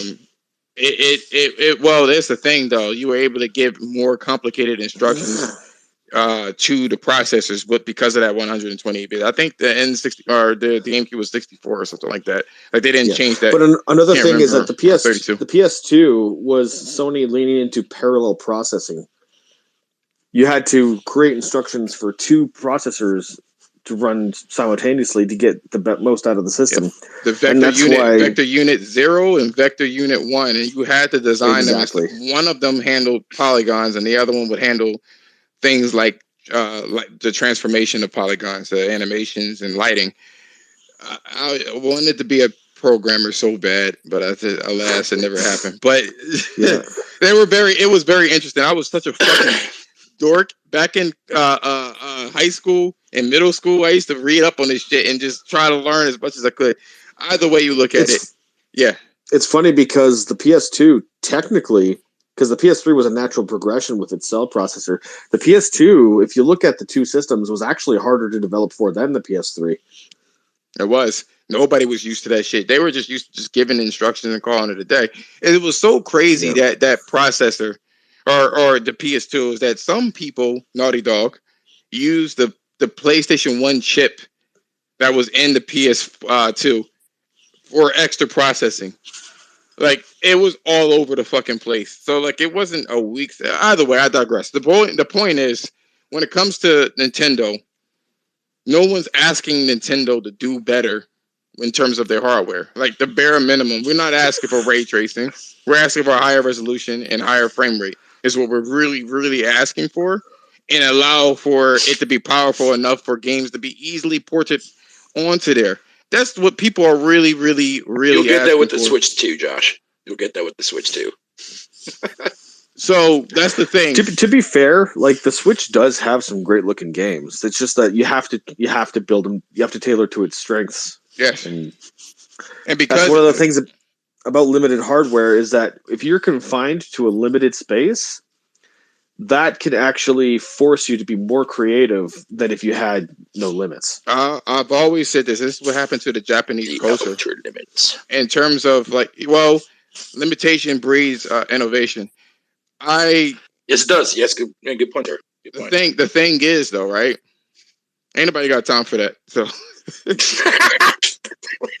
So, people got all these fucking consoles to make it all these variations, shit like that, and people are like, I need this shit to work. You know what I'm saying? I mean, if you can't work, let me just remove some effects and hopefully that shit runs. You know what I'm saying? And I want it to be in that vein. You know what I'm saying? Maybe you can't do ray tracing, turn it off. Maybe you can't do anisotropic filter and turn it off. Just turn off features to have it run at a decent frame rate. We all know that as a handheld. Before I move on to the second topic here, does anyone have anything to say about Nintendo fan Shilling? I got some information for them. Period. I've already said my piece on that. What about you, Jemiah? I'm still gonna always support Nintendo until the day I die, dude. What'd you guys say, Jemiah? I mean, I really don't care about Nintendo, but what I will say is they give their fans tons of fucking games. These dudes get tons of fucking games. Wake up, Microsoft. So wake the fuck up. If they want to show, then, I mean, they have a reason at least, unlike Xbox does. Exactly. So, if that's the case, I do want to say this about this. There's a guy on my Discord that he's a pretty big Nintendo fan. And I'm pretty happy about this shit too. He'll drop in occasionally and he says some pretty cool things. His name is Dragon Sword. I'll actually post what he said, and it was just absolutely insightful because it kind of shows you, and this is the same thing that Sony I'm actually making the thing now. This is the thing that Sony said or that Sony dealt with when they released the information on the PlayStation or the PlayStation 5. It totally made the PlayStation 4 sales plummet. Like it did a full-on swine dive when they announced that shit because people they want it now. They want it now, basically. You know what I'm saying? So if you don't get it now, that's it. So let me see here. I'm about to put it in the Twitter space. Let me see here. Hashtag Nintendo Switch. Okay, cool. That's posted. All right. And then now I could share that shit in the space. And you guys can look at it whenever you get a chance or screenshot it or whatever you want to do with it. But here's what I got. Let me just double check to see if there we go. The subject is Nintendo, the future of Nintendo, is that safe? You know what I'm saying? Wait, what would actually happen to Nintendo if they release a Switch 2? Would it do as well as the first Switch? Or is this whole like, what do you call that shit again? When something is this whole handheld gaming console thing. Hybrid. This hybrid. Is that a fluke? You know what I'm saying? Is that a gimmick? I'm gonna say I think the no. I think the Switch was their final nail in the coffin for monopolizing the handheld market.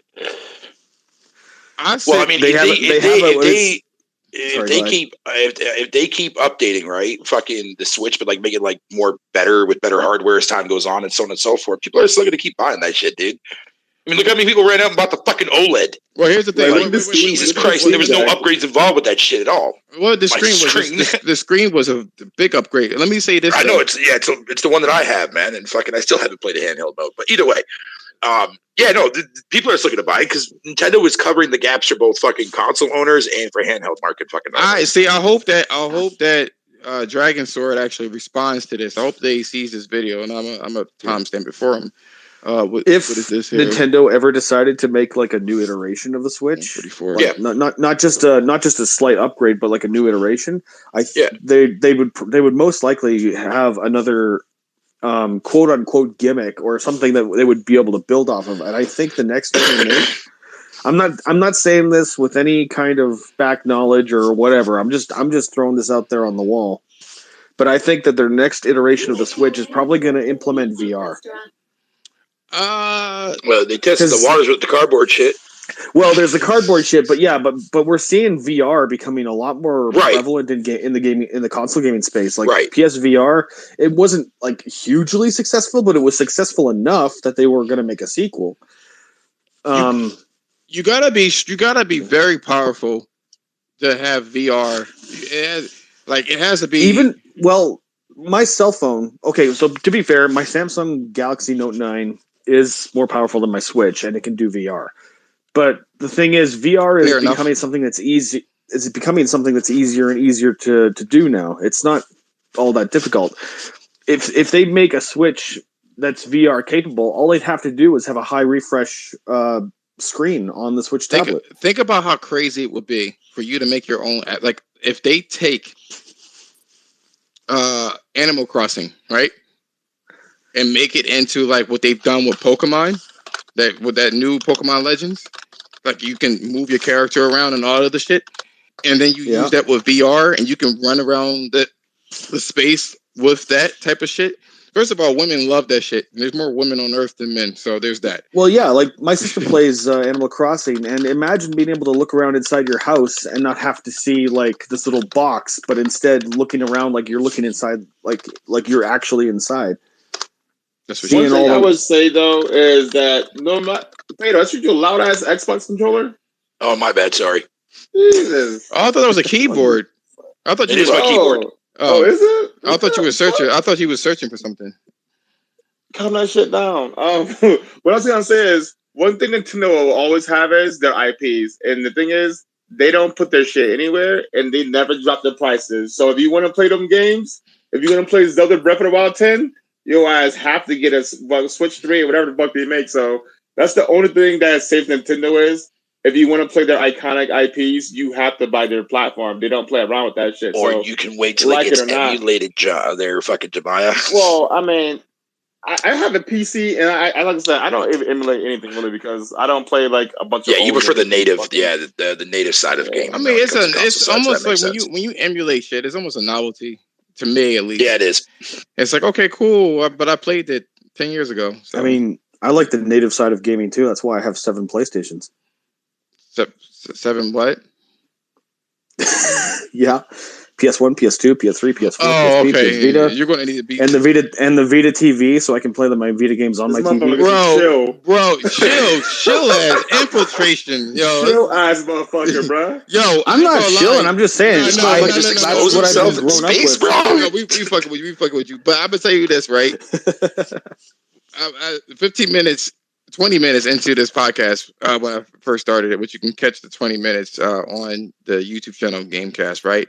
I brought my Vita with me every time, and nice. I actually showed Ken, which he's a big Nintendo fan, and he was like, "This device is fucking cool, man," and that just hurt me to my soul, man.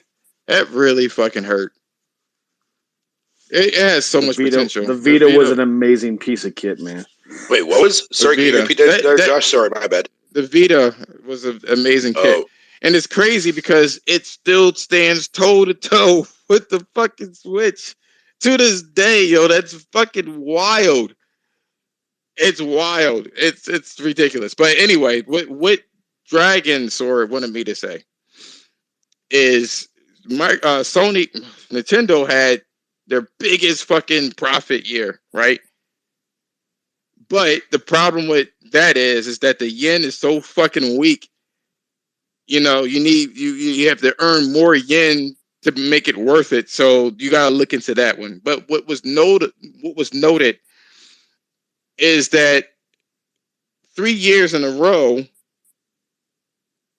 there's some sort of R&D expense that they're doing, right?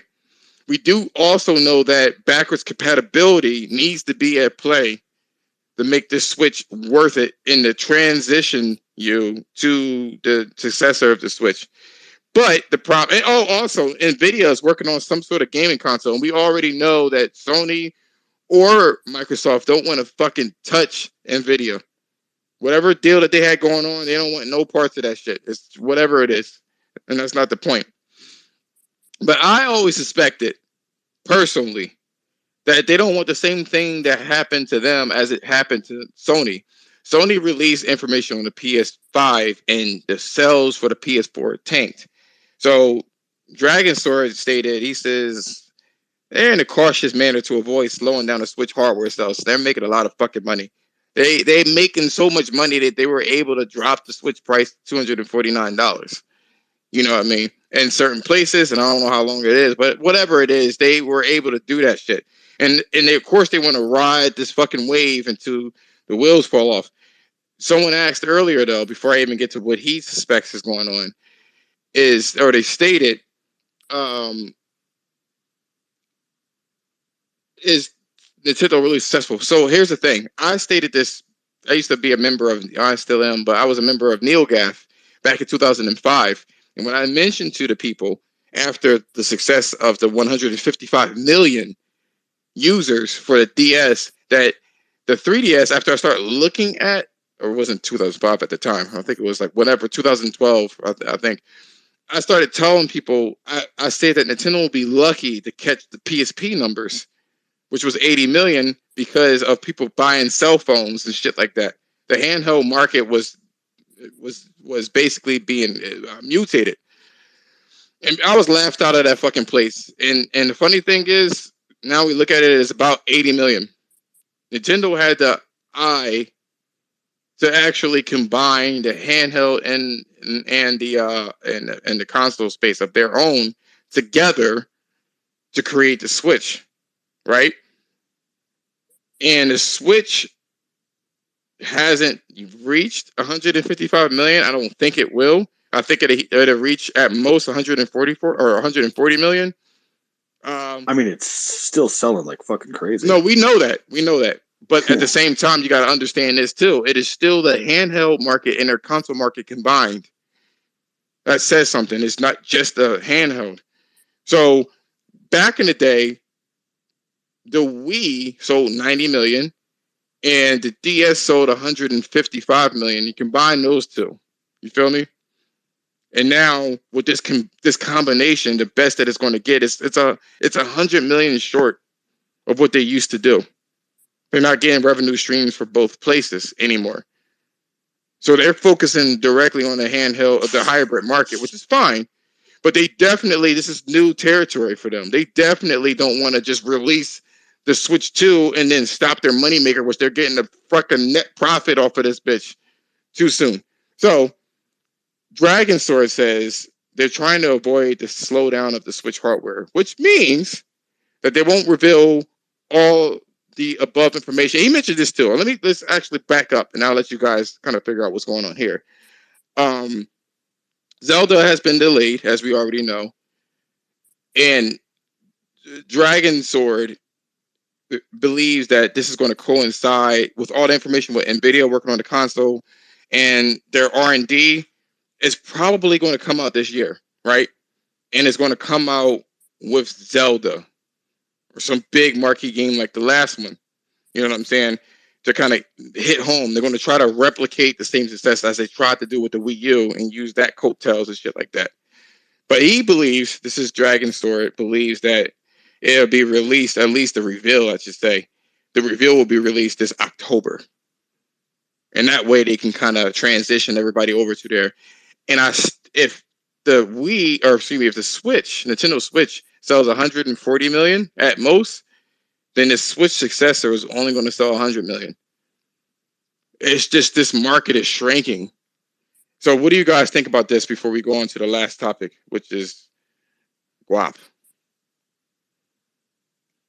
Well, I think, because let's be honest, and I think Nintendo saw the writing on the wall when because Game Boy, Game Boy Color, Game Boy Advance, Game Boy SP, DS, 3DS, the handheld market has been their biggest market.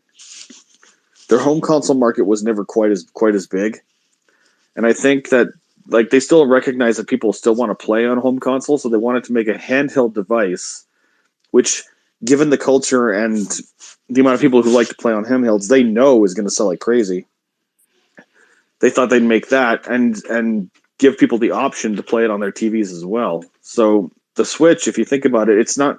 We shouldn't be dividing the handheld and home console sales from the Switch when the Switch is basically the it's the next stage in the evolution of Nintendo. It's not something they have never abandoned home consoles. They're just doing it in a different way. Yeah, but they had 2 revenue streams. Console they and did. handheld. Now they only have 1. Yo, am I crazy? Do you have a commercial in the background? Like, what's going on? No, I don't hear a commercial. On my end? Nigga, you high. It's like download display or some shit in the background. Oh, no, nigga, that's you. Nigga high as shit, yo. Get off that shit. Jemiah, what you got to... Yeah, go on. I'm sorry, my bad. I didn't know you... Go on, oh, sorry. I was going to say, like, the one thing that I think Nintendo does struggle with right now is proper backwards compatibility. Yes. The reason I'm saying that is because if you look at, like, the Switch right now as it is completely incapable of playing Game Boy Advance, DS, whatever. It's completely incapable of playing those games. But let's be honest, though. The Nintendo has never... Was there ever a system that could play games from the earlier systems? Like, because they always had new cartridges or GameCube small-ass CDs or bullshit. Like, they never had the same format ever. At least to my knowledge. No, not necessarily. So, yeah, I mean, between the N64 and the GameCube, yeah, you're going to see a huge fucking difference there. In regards to the Super Nintendo, the Super Nintendo, the 64, the GameCube, they all had different formats, though. That's what I'm saying. Like, they never... Yeah. I'm actually referring to the handhelds, though. Like, between Game Boy and Game Boy Advance, you could play both games. Game Boy Advance to DS, you could play both games. I think when they got to the 3DS, they started removing some of the slots for the older handhelds. And now the Switch... Sorry, go ahead. I was going to say the reason why is because the architecture was completely different. I was just thinking about you cats. Nintendo will soon be like Sega and be on software studios. I don't know about that. If I'm gonna say this, if this is an absolute failure, this next Switch, which I don't think it will be, like at all, because I feel like it has its place. I really desperately want Sony to make a handheld. I desperately want them to do it, but I desperately want it to be able to play PS4 games and have that catalog and not streaming either. I want that so bad. That'd be nice. But the architectural differences between the x86 and ARM architecture, it'd be another leap, like the fucking the Power PC architecture to x86. And I don't think it's going to be a possibility, but I could dream. A nigga could dream, But no, as long as it's not a Mac. No, fuck that shit, man. But I do, because it'll be funny though if they do create like some sort of handheld thing using just like cell phone parts, kind of like the Vita, and just have it like for like $100, and you'll be able to play like fucking proprietary, like they buying all these fucking studios all over the place. It'd be like for the games that they can't make on the fucking consoles, because of oversaturation. What do you think they're going to do? Well, remember the PlayStation phone? Mm-hmm. It was a Sony. What was it? Sony Xperia. I know what it is. Yeah, it was the Sony Xperia phone, but it had PlayStation licensed games on that device that you could play. Phones are powerful enough now that they could probably release a mobile game service on cell phones. You wouldn't get the exact same fidelity as a PS4. There are phones stronger than the PS4. Like There's some strong ass phones out there, bro. I'm not saying that it's not strong. I'm saying that the architecture is the situation. That's all. But here's the thing. Let's say they make the PlayStation Premium a thing, like really make it. I'm not talking about streaming or being in subscription. That's not what I'm talking about necessarily. What I'm referring to is if they allow for backwards compatibility games to be played on this device. You know what I'm saying? And continue to make some, they have that catalog. I don't know. Legacy, you talking about legacy discs or downloads? Legacy downloads, because they're not doing the disc thing at all. Oh, fuck. I don't know. Like, I just want them to make it. I just want, and not to compete with Nintendo. I just like those type of games. It was really nice to play Spyro on the plane, man. Or really nice to play, Liberty City Stories. You know what I'm saying, on a plane. We're just not going to get that type of game on Nintendo. PlayStation Go was pretty lit, man. I honestly, it was so fucking cool to have a device that is just so. You talk about forward thinking, man. It's unfortunate across the fucking board, man. And the funny thing is, still as shitty as those little analog sticks are on the Vita, I don't have any drift. To this day, I don't know. I like the analog sticks from the Vita compared to the little nub on the PSP. Yeah, get yourself a Steam Deck, bro. I'm not trying to put a fucking center block in my damn. I ain't trying to have a center block in my fucking pocket. You know what I'm saying? But if they do decide to do something like that, that'll be pretty cool because you'll be able to play your PS4 games like that on, like, if they use some of the inners and just have it worse looking, I guess. I don't know. But that's just what down scale a little bit. Yeah, just down, just turn it down a little bit. But that's what I want to say about the whole Nintendo thing. On to the last topic here, which, have you guys heard what happened to Guap this weekend? To what? Guap. I have no clue what happened to Guap. Okay, Guap is a Twitter.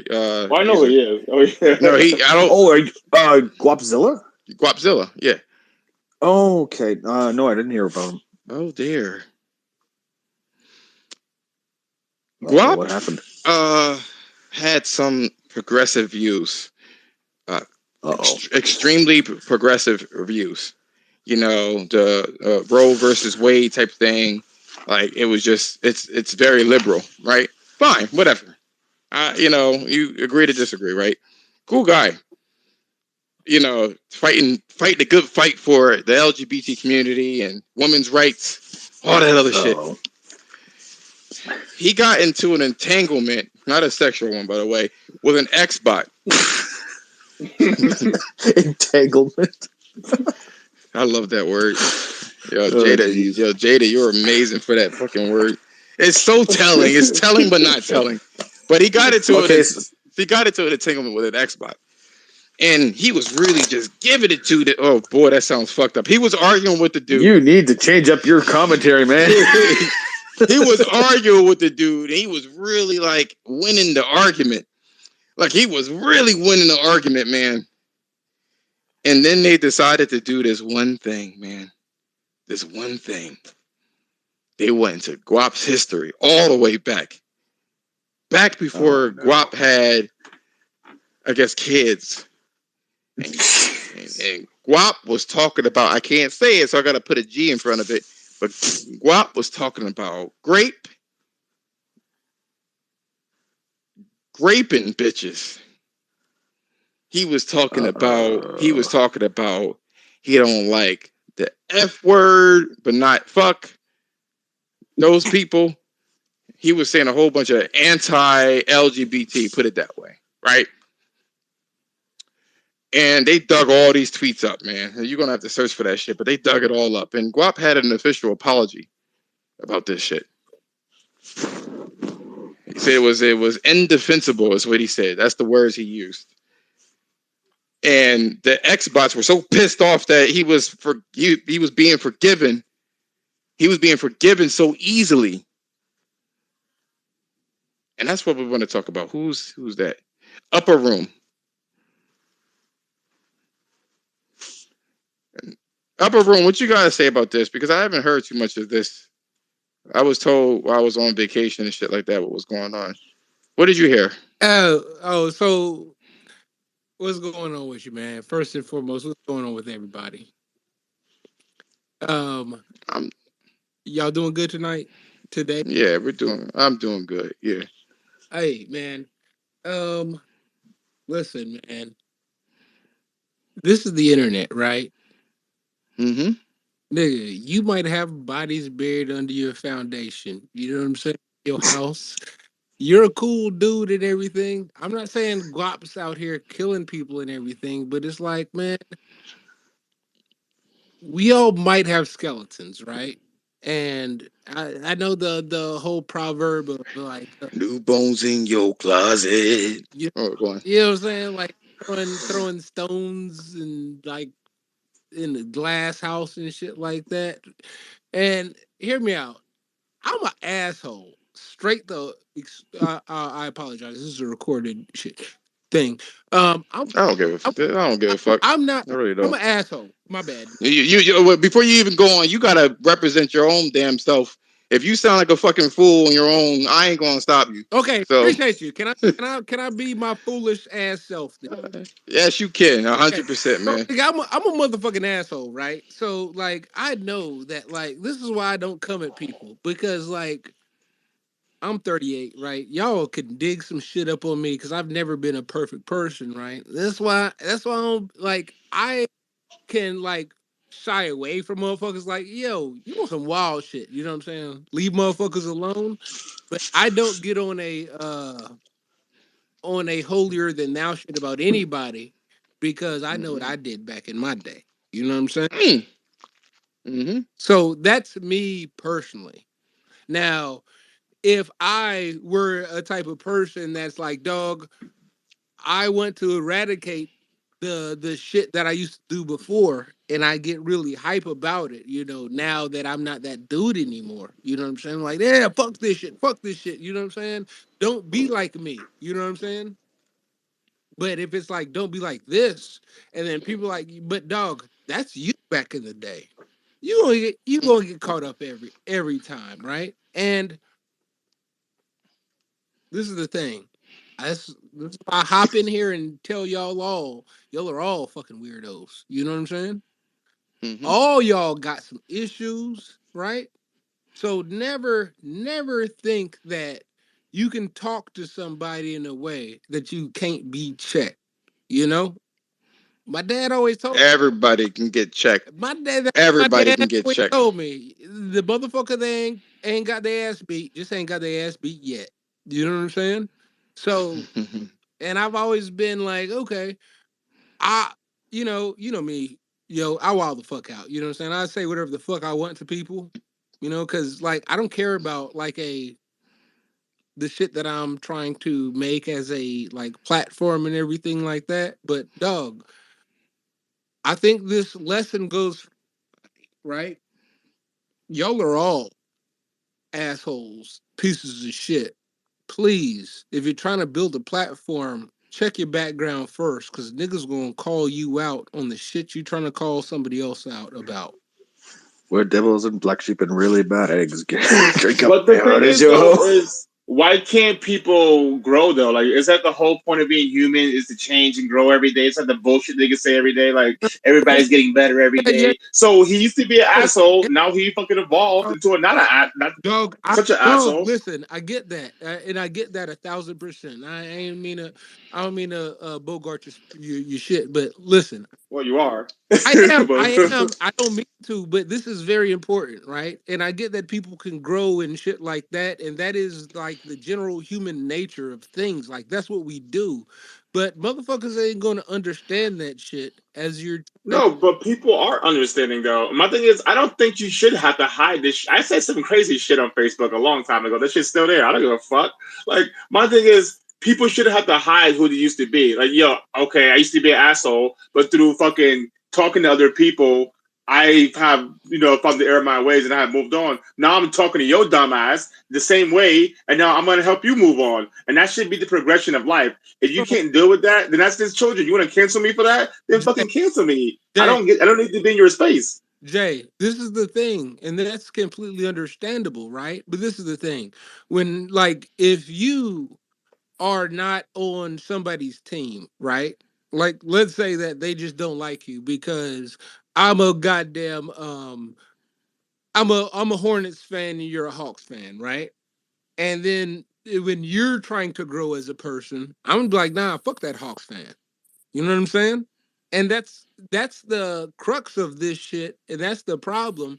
Like you're not gonna let somebody else grow, but if you're within my organization, let's say you're a Hornets fan. I'm like, I can hear you out here. Let's hear this man out. You know what I'm saying? I can understand that. And like outside of the shit, somebody's always going, and that's what I'm saying about why I don't personally, me personally, because I personally am a fucking piece of shit.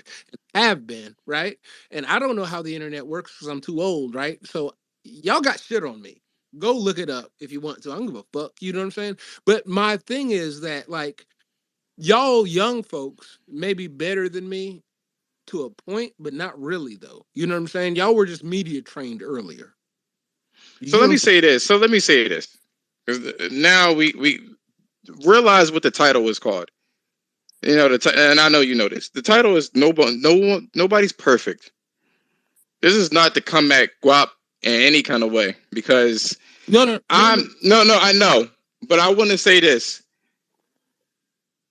As with how can I fucking never remember? I'm sorry, man. It's just because this fucking vacation is fucking my brain up. So Rogue, like, just like what Rogue said, right? We are peace in you. We are pieces of shit, and will remain that way until we cease to exist. Our consciousness cease to exist.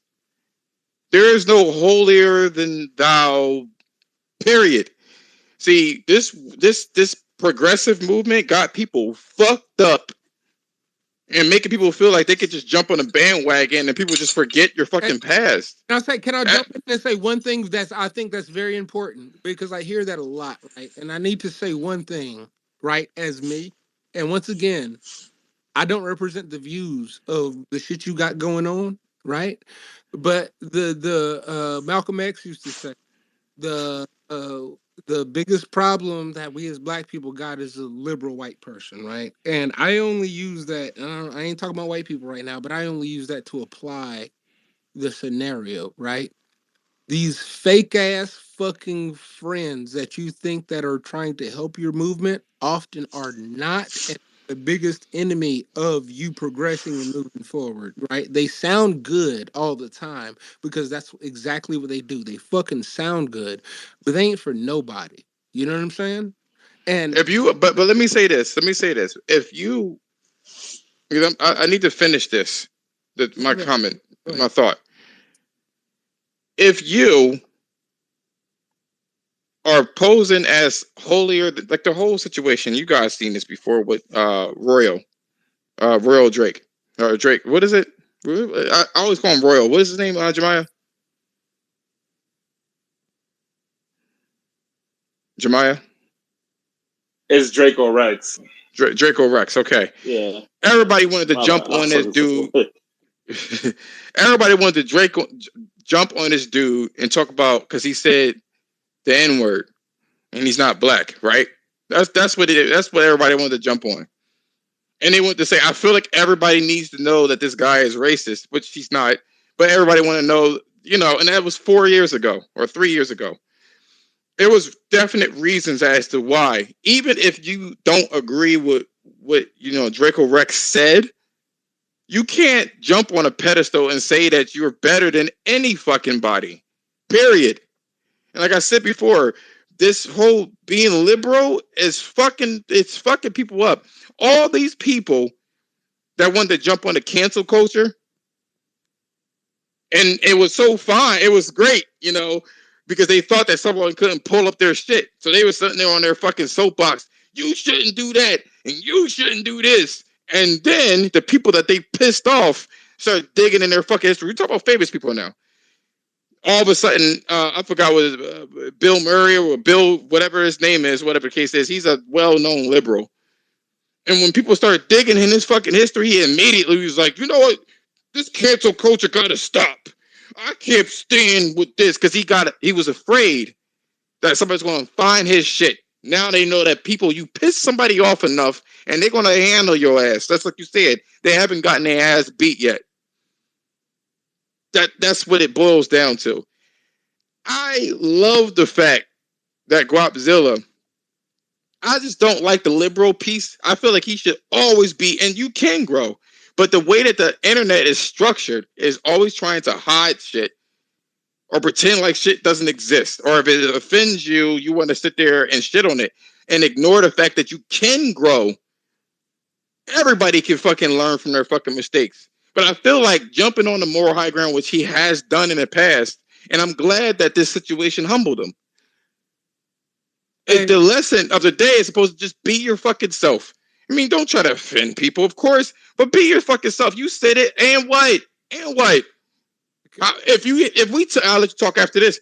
If we took social media and brought it back 20 years ago, how many fucked up things did you say in middle school and high school? As a matter of fact, Grand Theft Auto, right? Vice City stories, right? Or Vice City. They had a fucking scooter that was called a Faggio. They made fun of fucking, what do you call it? Rusty Brown's Ring Donuts. Making fun of gay people. Rusty Brown's being an asshole. A butthole. Ooh, you hit my boss against the post. They were making fun of all sorts of shit. If you go back, you're going to find shit for everybody. Go on, man. Go on, Upper. You want to talk about Grand Theft Auto? Look up Republican Space Rangers for a good laugh.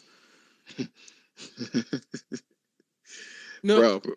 So I'm just saying, like, so I mean, I get that people have differing views, right? Because me, like, I view myself like if you're gonna categorize me, I'm probably the most progressive motherfucker that you know. You know what I'm saying? But I'm black and I live in the fucking Bible Belt, right? So I'm one out of everybody that I live around. You know what I'm saying? Don't nobody think about the shit the ways I think about shit. You know what I'm saying? I'm like, dog, teach your own. I don't give a fuck about what y'all do in your own house. Like, if my son's fucking gay or a woman, I don't like, nigga, that's him and that's what he's gonna be. You know what I'm saying? Like, I don't think I can stop any shit like that, right? So I'm probably the most progressive person in probably in I think that I've ever met, really, out of all my friends and all this shit, right? But the thing is that, like, because I am that person, understand that, like, progressive is actually a thing, right? It means that, like, the normal way of thinking, you know what I'm saying? Like through religion and everything, everybody around me is like taught something else. So like, nigga, I don't hate you for thinking that, like, oh, this shit's bad. You know what I'm saying? Like, it's so ingrained in people, right? That you kind of gotta just, I don't know, you know what I'm saying? Like, I know what you're saying. The thing about it is being liberal, right, was supposed to be allowing people to be themselves, right? oh, but okay, but To stop, I said to about my stop. ex though, I said these, and I believe in this shit too. The the I'm sorry once again. This is not your words. These are mine. Upper room, straight the fuck up. Follow me on Twitter and hate me on Twitter. Block me on Twitter. Report me on Twitter. Uh, the a liberal white person is your worst enemy, right? Not the racist that you know. It's the liberal white. You know what I'm saying? Why do you say that? Because that's the sneaky motherfucker. You know what I'm saying? That's the fake motherfucker that swears they're on your team, but all the time, like every time it's a chance to vote, they're like, "Well, I don't know if these niggas should But actually." Dude, I'm white and I have to agree with him. No, I'm gonna say this. Right? I I'm don't gonna think say we this. should generalize people in general, though. I'm not Let's go with that, bro. generalizing. No. And I get it. I get what he's saying. He's talking about. Here's the thing, right? Let me add context to this, Upper. Thank you. Right. So there was a white girl, and she was so upset about the Roe versus Wade situation, right? and she was mad because these white men voted against the abortions. That's what she stated, right? Her next tweet, and some of these liberals are the ugliest fucking people you've ever fucking seen, attitude wise, personality wise, right? She said, I bet you, I wonder how this guy that passed it at the Supreme Court would feel if a group of black men raped his daughter. I was like, who thinks like that? Hey, I'll cut you Is off. that on your mind? Like Look, I cut you these off. scenarios? Please finish, and I cut you off, and I apologize. Please finish the because I got too excited and I cut you off.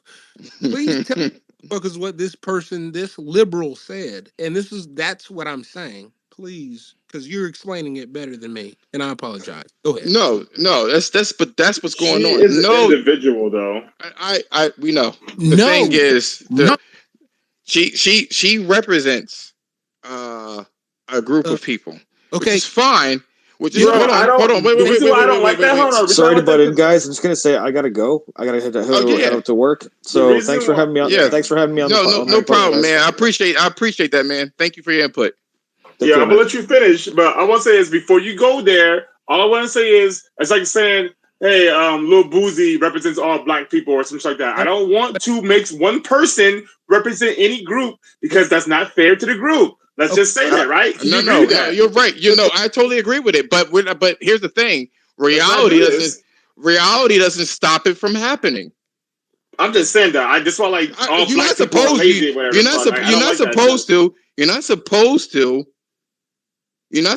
to do that. But the human mind is always trying to compartmentalize and find faster ways of processing data, which unfortunately involves stereotyping. But if you got a liberal chick that's all about liberal, she has the Biden tag, she has all this other stuff, and she's going to represent that group of people. And I get what you're saying. A lot of the times, man, a lot of these liberals are fucking racists.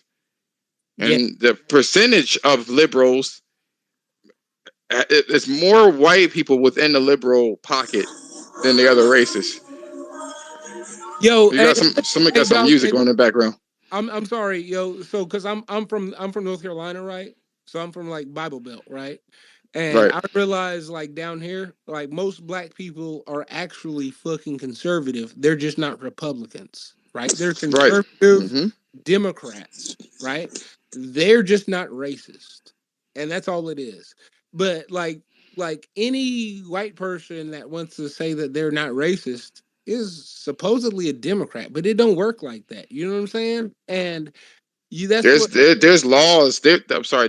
There's history behind white people that said that they were voting for this, right? And then statistically, they didn't vote for it. It sounded good when they were being interviewed, but they chose something different at the ballots. And I'm sorry for taking this shit way off topic, but to me, this is all like a I know Guap's views like 4 or 5 years ago. They're fucked up, right? I thought 4 or 5 years ago, I thought they were fucked up because once again, I'm a really progressive person, right?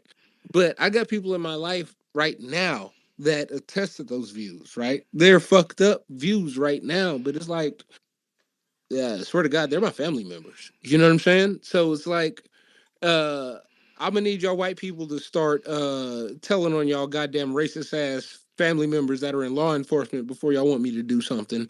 And I'm sorry, but like that's just how it is. You know, like I'm gonna say this too, when it comes to Guap or anybody that wants to put a face out on social media, you better hold on to your original ideology. So if somebody tries to cancel you, they can't. When it comes to Dave Chappelle, how would you ask, what do you mean, without me explaining what I mean? I'm just saying, I didn't even finish. Well, I'm just saying because you said keep to your original ideology, and his original ideology was bad, so why would he stick to that? I'm not saying stick to it for moral purposes. I'm saying if you decide to chastise other people, You know what I'm saying? For them being bad, you better show yourself to be like Dave Chappelle, for instance, right? He says what he says. He believes what he believes, and people want, and he stuck to it, and that's why he can't be canceled. We already know what he thinks, and there's a lot of comedians as well that thinks exactly, or they say they've been saying what they were thinking the whole time, and didn't change that shit up. Now, I didn't see all the stuff that he said. I don't know, but I do know this. I know what I heard in middle school and high school. I know what I said in the past. You know what I'm saying? I know what I said recently in terms of things. And people could probably extrapolate where I fall into by just this whole podcast. And I'm sorry that you're offended by it. But one thing that you won't ever have me do is to sit there and be like, you're morally wrong, knowing how fucked up I am. There's no way for you to there's no the way that humanity works. Like, for instance, a war, for instance, if you're on the winning side of things, then the people that you're fighting against is wrong, and the other way around. The thing about it is like it's all perspective. It's all relative. Can, can, can I just say, like, the way I try to approach it a lot of the times is like, dog, we're wrong. You know what I'm saying? Because I don't like to, on a moral standpoint, put myself above people, right? And a lot of people will try to like point the finger, like, oh, how could you do this shit? And like, the thing that I like about this whole guap situation, right, is, I mean, not even his apology or anything like that. It's his circle now, right? His circle of people that he fucks with, right? That don't fuck with his views then, right? So now he knows that this shit is not acceptable, with the people that I fuck with and I want to hang with, right? And so even if he like thinks in the back of his mind, I'm still right. You know what I'm saying? This nigga gonna shut the fuck up and go along to get along. Cause guess what? I'm sorry to bring it back to race. That's what us niggas have had to do forever. You know what I'm saying? We've had to go along to get along with this white bullshit forever. You know what I'm saying? I think you've been living in North Carolina too long, wherever the hell you're from, Oh, bro. oh, Like, oh, you no, need to get no, out of no. there. Listen, I don't know what's I've going lived on in long. your life, Wait, bro. I'm sorry. I've lived long enough to know exactly how this shit fucking works. Because look at your Bro, I'm the same government. age as If you. you What think are you I'm wrong, talking about? we're the same age. But look at your fucking government, right? Your overall American government. If you think I'm wrong, and why does Iowa have as much pull as goddamn California or New Because it's York? electoral college. I know Like, the racism behind all this shit. So I get all that shit, right? But what I'm saying is like at the end of the day, right? At the end of the day, what Guap said 4 or 5 years ago, fucked up, horribly wrong. I thought it was wrong then. Maybe uh 13 years prior to that, I might have agreed with him because once again, I'm an asshole too, right? But like after living life a little bit, I get to understand things, right? And I realize Guap's wrong, right? About his viewpoint. But the beauty to me is that his circle now, right, is like, nigga, that's some bullshit. You know what I'm saying? Like, no, that's not acceptable, you know? And everybody will that believes that shit will tell him to his face. Some people may agree, right? And once again, I'm from the Bible Belt, bro. Like my family members, the motherfuckers that go to church and shit, they agree with that same shit, man. That's the viewpoint of life of the Bible and shit, right? So it's like it's a really hard sell to just say, nah, nigga, don't say that shit, right? I get that, but like I appreciate that, like he is open to be like, dog, my bad, I'm wrong. Uh, Y'all remember on Baby Boy when they caught them niggas and made them put their chin up and knocked them niggas out? You know what I'm saying? I never liked that movie in Yeah, I particular. know you never liked it, but you I get wasn't. what I'm talking about. I think I've seen it before, but like Bruh, I don't I know. don't remember. All I'm saying is like when the chickens came home to roost, Glock put his chin up and is like, "All right, say what you got to say to me. Give me this shit. I'm not trying to qualify anything I said in the past. Y'all people, I, tell I me how." I did like the ownership of what Guap did. More importantly, I like the fact that people allowed him to be human instead of completely demonizing them and be like, you fucked up for good. And it's like everybody has these fucked up views somewhere in the back of your fucking head. We can't see it, and you can argue till the cows come home, but everybody has some fucked up views in their head that you just won't say publicly. If there was a fly in the wall at every one of your motherfuckers' walls, I'll say who anything knows? publicly. I don't give a fuck. Doug, I You don't know what I trust a mean? nigga But that that, don't have a mustache. Straight the fuck up. And I don't know why, but like if you're a black man with no mustache, I just can't trust you in life. You know what I'm saying? And that's a problem that I have. This So, nigga never I goddamn understand that sense. people have their failings. You know what I'm saying? Like that's apologies that's to you all that's all it motherfuckers with no is. That's all mustache. it is. Realize that people are fucking human, and you're going Yes. to fuck up. That's the bottom line. You're going to fuck up somewhere. Own up to it. Don't act like I said what I said. That's what I liked about Draco Rex. I said what the fuck I said, yo. It wasn't a good thing, but I said what I said. I can't change it. It's like, what the fuck you want me to do? Suck your dick? I said it. Okay, it's over. It's done. What else do you want me to do? Because sorry ain't gonna retroactively make this shit disappear, and it shouldn't fucking disappear. It should stay right the fuck where it is. It should stay right there for proof that it fucking happened and proof that people can fucking grow from it. Reckon, yo, what you gotta say about this? It's my main thing is on this application or on the internet, people say a lot of things. My thing was that the people who are, how to say, digging up, what other people said, they also have stuff they said. I don't like to judge a person's character based on the characters they've typed. I would like to be honest, I meet like them, that. and meet them, have a discussion, and to understand where they exactly come from. Um, that's pretty much it. It's like, we can, at the end of the day, we can all point towards each other and say, you said that, you said this, and you said this. But like, I truly believe that is a little bit of waste of time, unless someone is being considerably being a racist, a sexist. It's like, and continues to do that or continues to lie. One of the things that I cannot stand, and this is one of the reasons that I'm active on this particular application, is like, I don't really care that much of what people say, but the amount of misinformation that goes around is just, what, right?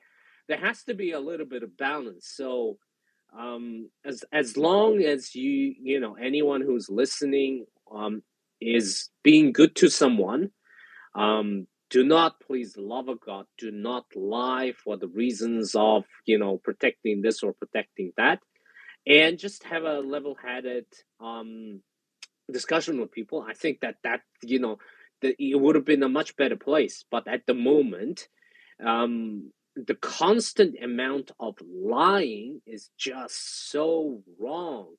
And that lies, like every single time somebody says a lie, it deposits something, and that deposit, and whatever that you put in, is going to come due. And we've seen many instances where stuff that people have been shilling, people have been telling lies, are coming due. you know, like people, some people would say it's like it's karma, but it's not really even karma. It's just physics, right?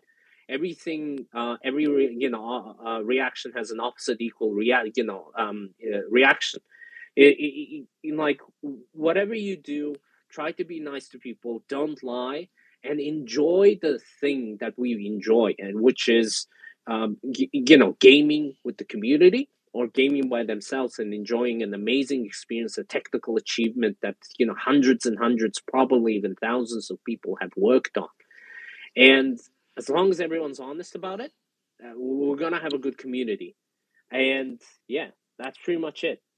Now I want to say this, and thank you for that. And you're absolutely right. The amount of fucking misinformation, the amount of slander is rampant.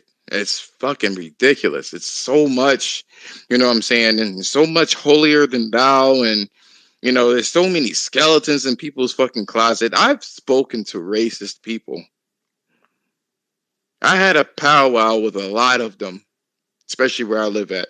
A lot of them, and you know, you can talk to some people, you know what I'm saying?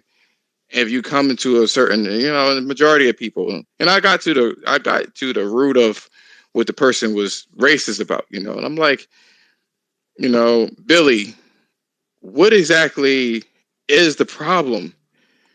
I just don't like nickels. I'm like, okay, it gotta be something better than that. What is it? Were you bullied before? No. Okay. Uh did you know somebody that did something? I'm just mad because your dick bigger than mine. That's what I'm mad about. Like, okay, cool. So I got it. I totally understand what's going on now. I get it. And that was his root. No, but the thing is, there's always a root to it, and I have in the past did speak to a lot of racist people, and it boils down to either fear or just being intimidated.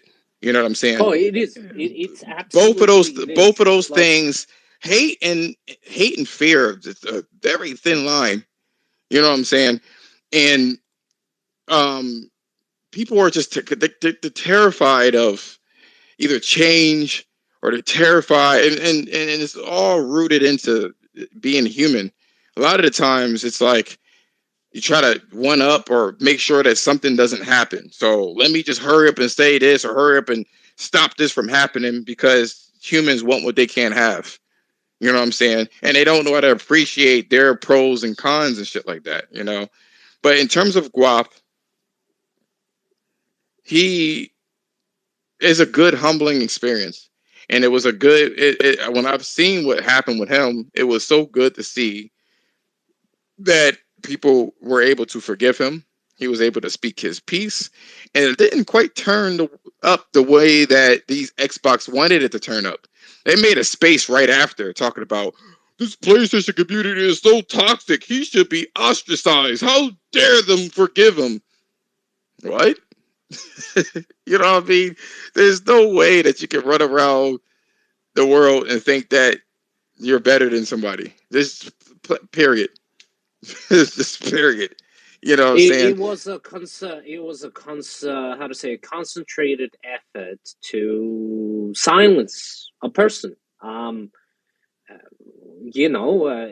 That there wasn't. They say there's no agenda behind it. Actually, there is, because as I said, if you dig, and I don't like smearing people, so I didn't really share what what they've said, but I've shared and saved those for prosperity. But the main aspect of it is like majority of the people who were having a discussion of what he said was almost to a certain extent said the same thing. Or They worse. were acting holier than thou, forgetting that this is a platform that people make gaffes every single time, and people forget that this is a public form, public environment. Um, um, this is the town square, and anything that you shouted does not just gets forgotten. It echoes until you even delete it, and sometimes even if you delete it, it continues on. So this is I always say it's like try to be nice because you're at the time, you know, town square, and if you want to have a good, powwow with a person that is next to you and have a discussion, have a disagreement, go a little bit of back and forward in terms of trolling, yeah, do that, but never try to assassinate someone's character based on your preference of what you like, or based on an agenda um, of just like, I don't understand like, if somebody is really mean to me, right, and I for the better of me, I wouldn't be even able to, even if I've discovered like that person has been really really nasty, um and I could share those informations, I wouldn't do it, because why would anyone want to character assassinate someone? It's rude, it's mean, it's degrading, it pulls the whole thing down, But I love it. I love it, Reckon, because you know what? Just like that Batman movie, all these people that think that they're better, they will eat each other. And that's what happens. Until there's nobody fucking left. That's what ends up happening. I am here for it. It's messy, but after all of them have eaten each other, we can clean up and start a fucking new. Because it happened in, yeah. But in saying that, like, good people like gets hurt because of it. And actually, I have really something to say about this. Last year, I've been warning and warning. This whole ambassadors program is going to blow into people's faces. Some, nice people are going to get hurt, and the people who are, trying to tell the truth are going to be perceived as the bad guys, and etc., etc., etc. Lo and behold, here we are. Some person who literally works for a $1 trillion company, right, comes out and tries to protect a high-ranking officer of that corporation for the good of the person's heart, right? That person is a wonderful person, and then, of course, they made the mistake of protecting someone that is you shouldn't be protecting, and it looks like it kind of, they put in, how to say, corporate mechanisms that thing to be happening, right? They've set up the stage, and it happened, and out of that, a lot of people chimed in. It turned out that some, like, we've even started questioning what is the definition of being a gamer or not, and everybody hurt out of it, and I don't think that is good. Like, it's like the whole thing is just a one big mess, and everybody is forgetting to concentrate in what is the most important thing. And the important thing is that we enjoy the things that we enjoy, which is gaming, right? And it like all of in the all between this whole noise, the one important thing gets forgotten about it, and that is the art form. It's like, this it's like it's tabloid versus a well-versed, a well-written, a Pulitzer writing novel that is being created and being, trying to be shared across the world, and all the community can talk about is all this tabloid drama. It's like, Well, eventually, like, cool. we're going upper. So, Rick, My bad. this is my only thing about that, right? And like, you think that that's like some type of shit that shouldn't happen, but I think it's something that should happen, because like, I hate to be the old person here, right? But I'm pretty sure I might be older than y'all, right? No, Jemiah is the same age as you, and I'm 1 year younger. I mean, it's not that crazy difference. Oh, Like, okay. you're not old. You're not old. So My point. so y'all will understand exactly what I'm saying, right? Well, we are Yep. older. Y'all are old, right? So y'all will Older, but not old. nigga, no, nigga, y'all are old. Stop fighting this shit, nigga. I ain't fighting it. Oh, Yeah, I'm basking in it, nigga. We You know what I think mean? it's all of us. We're old, right? And this is the thing with us folks, right? we remember a time where like the influencers weren't a needed thing. Like these are people that created a fake job, right? No, And we had influencers back then, man. They were on TV though. yeah, I mean, we had influencers on TV, but like the influencers that we had were like Nintendo Power, right? You read a review on a Nintendo game, Nintendo Power, and you think that it's a good game when they say it's a good game, you're a fucking idiot. That damn the fucking thing is Nintendo Power, right? But now, like, none of that shit matters anymore. You know, it's like everybody. I don't know. I think this is the most important thing is like before we didn't think that. Did you think that you were like the motherfucker's friend whose review you were reading in the magazine back in the day?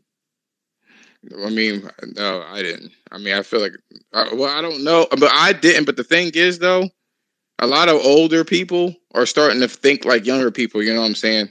So it's like they're falling for the okey doke for some Yeah, reason. but that's the thing. Like, but we see the okie doke coming a little bit because it's like, nah, nigga, that's not how a review works. You know what I'm saying?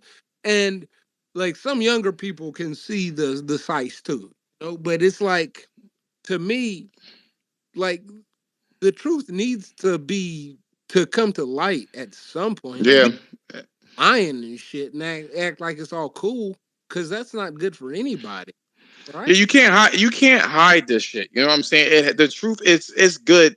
Having these discussions like right now, which I want to wrap up. Having these discussions now it's very important to have these discussions. We need to be able to candidly talk about things that are uncomfortable. We do. That's the problem with what this fucking patty cake sensitive shit that we're dealing with now. Nobody wants to really have these discussions. And like me and Jemiah, we always to some degree will disagree about something. You know what I'm saying? But it doesn't change how I feel about Jemiah and vice versa, or whatever the case is. We have different viewpoints, just point blank, period. But there's vitriol with these younger people that they will hate somebody for not thinking like them and take this shit like they don't want to have these conversations. They want to delete and erase history because they don't like the way it makes them feel. Like I'm not about that shit. Period. I think you need to hear this. I think people need to hear this. For the record, I, though, I I hate Josh, and I don't want my voice recorded. you're stupid. Shut the fuck up. But I feel like this needs to be said. I feel like these conversations need to be had, and I feel like the people who are using this and trying to weaponize people's past to be put on a fucking pedestal because everybody is so fucked up, man. Eventually, they will eat each other. That will be the end of them, and it will be the remnants of what's left. Will be the people that could get they have a solid fucking brain in their head. You know what I'm saying? They understand that people are not perfect. They understand that people that will have different opinions. They understand that shit changes over time. Look, I'm sorry, but this is my only thing. This is my only disagreement about that, right? Like, even the remnants, right? Like, you're still going to get these people that just know how to bury a body, right? Some people are like, oh, I'm gonna bury it in my yard. Some people will take it out in the middle of nowhere and bury that shit where you can't find it, right? You ain't never gonna find that body. You never know that motherfucker's a serial killer, right? Like the I think sometimes the killers that you know are better, like the messy motherfucker. You know what I'm saying? Where it's like, oh, When I went to North Carolina, when I went to North Carolina, I had two, and I'm gonna let you talk, and then we're gonna end it. I had two different experiences within like 5 minutes of each other. Some older white woman, wrinkled as fuck, completely. She looked at me with pure disgust, as if I was subhuman. She was walking to one of the gas stations, like the little quickie mart type shit. She opens the door up. She didn't even try to hold the door. She opened it up just enough for her body to squeeze through, and let that shit slam in my fucking face. She just couldn't be bothered. And I was like, this is the first time I dealt with racism so blatant. And I was like, it's kind of refreshing a little bit. I was like, I can finally see these motherfuckers.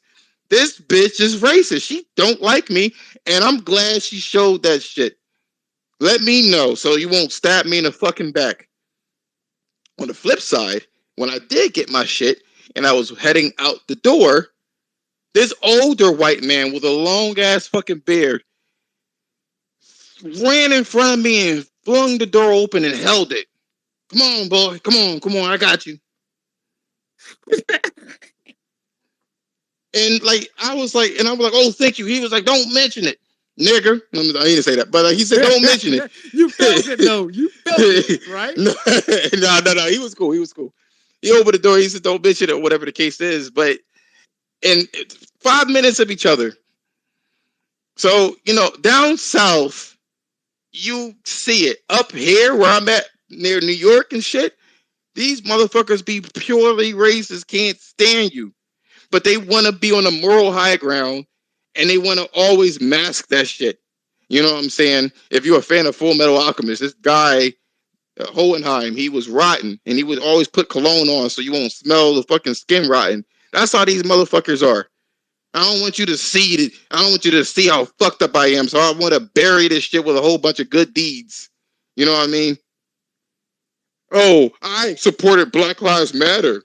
Oh, I did this, I did that, and be the most racist motherfuckers ever.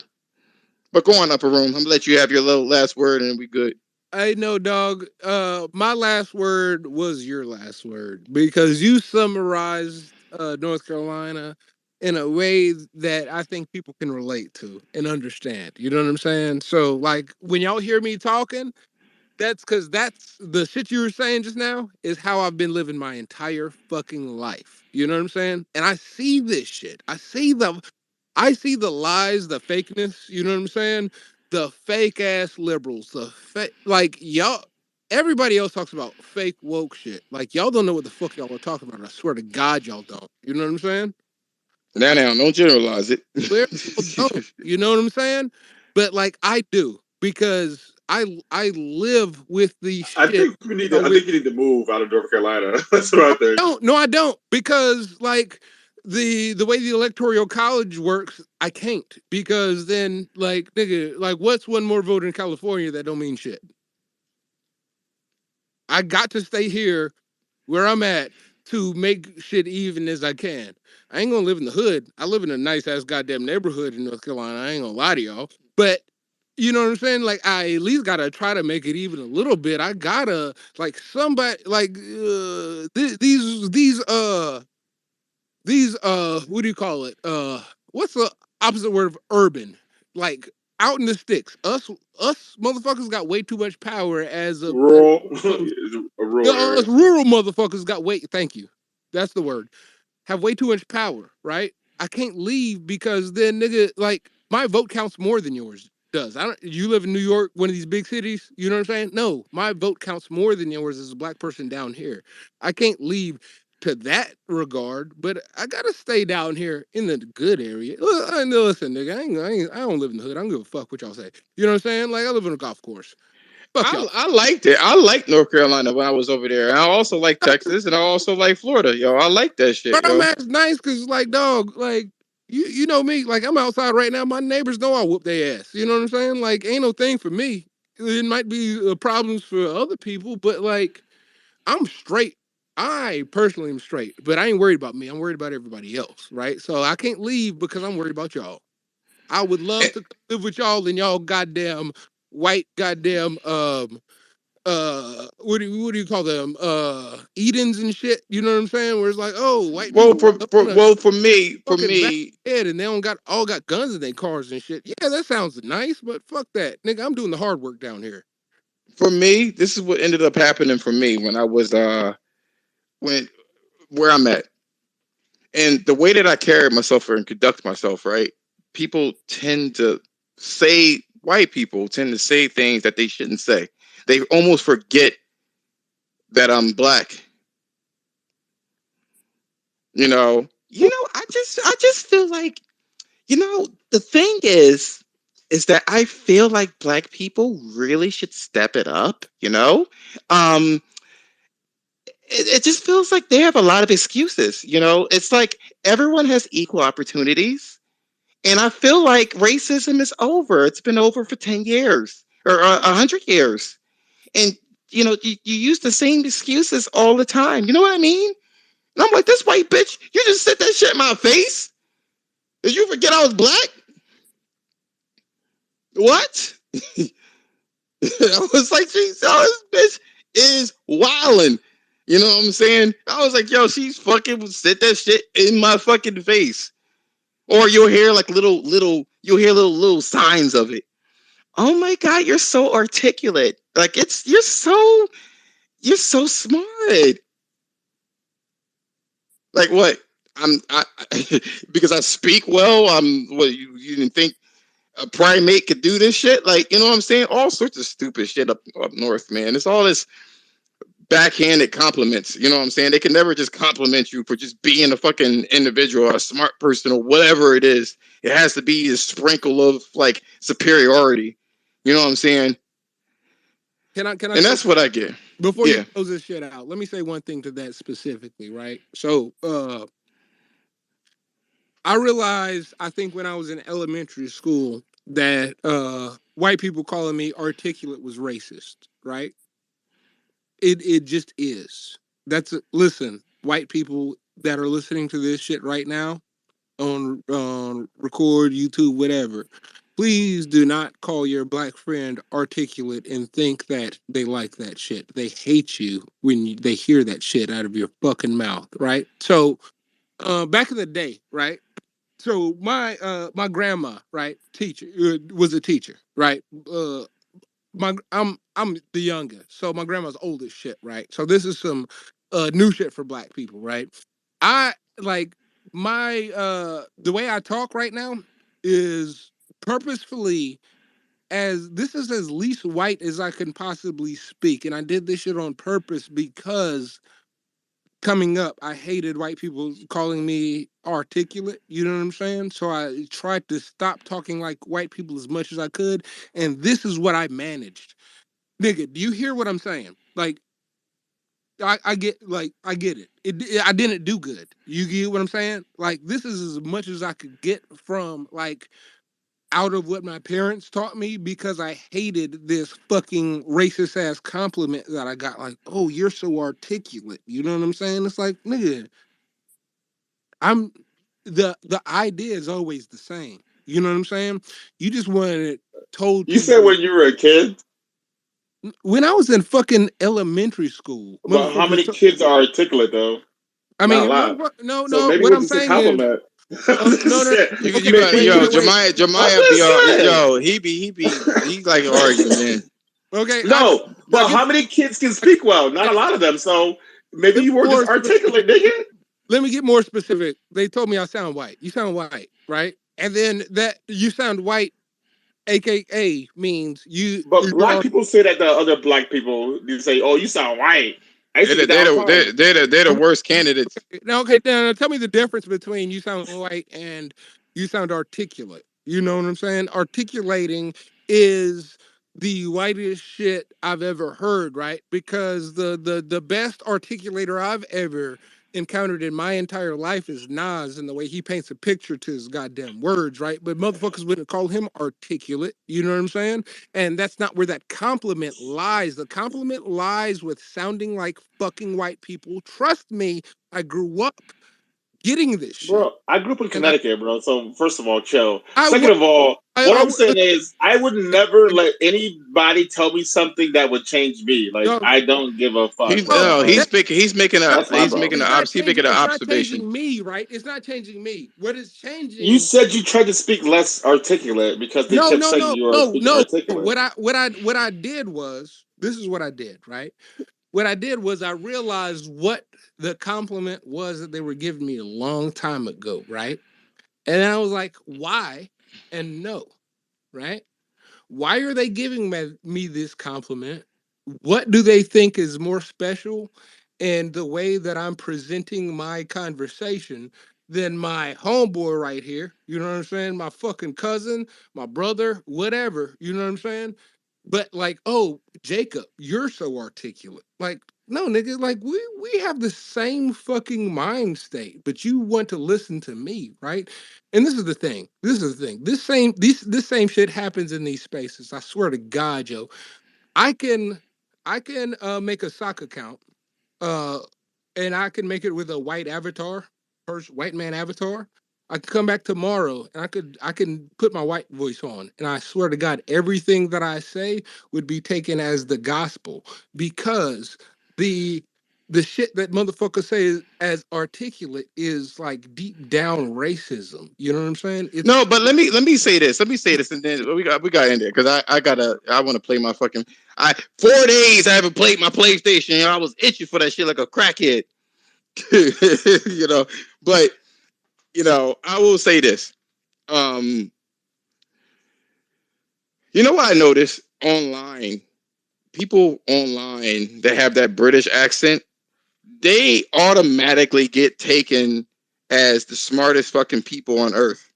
That's what I'm You know saying. what I'm saying?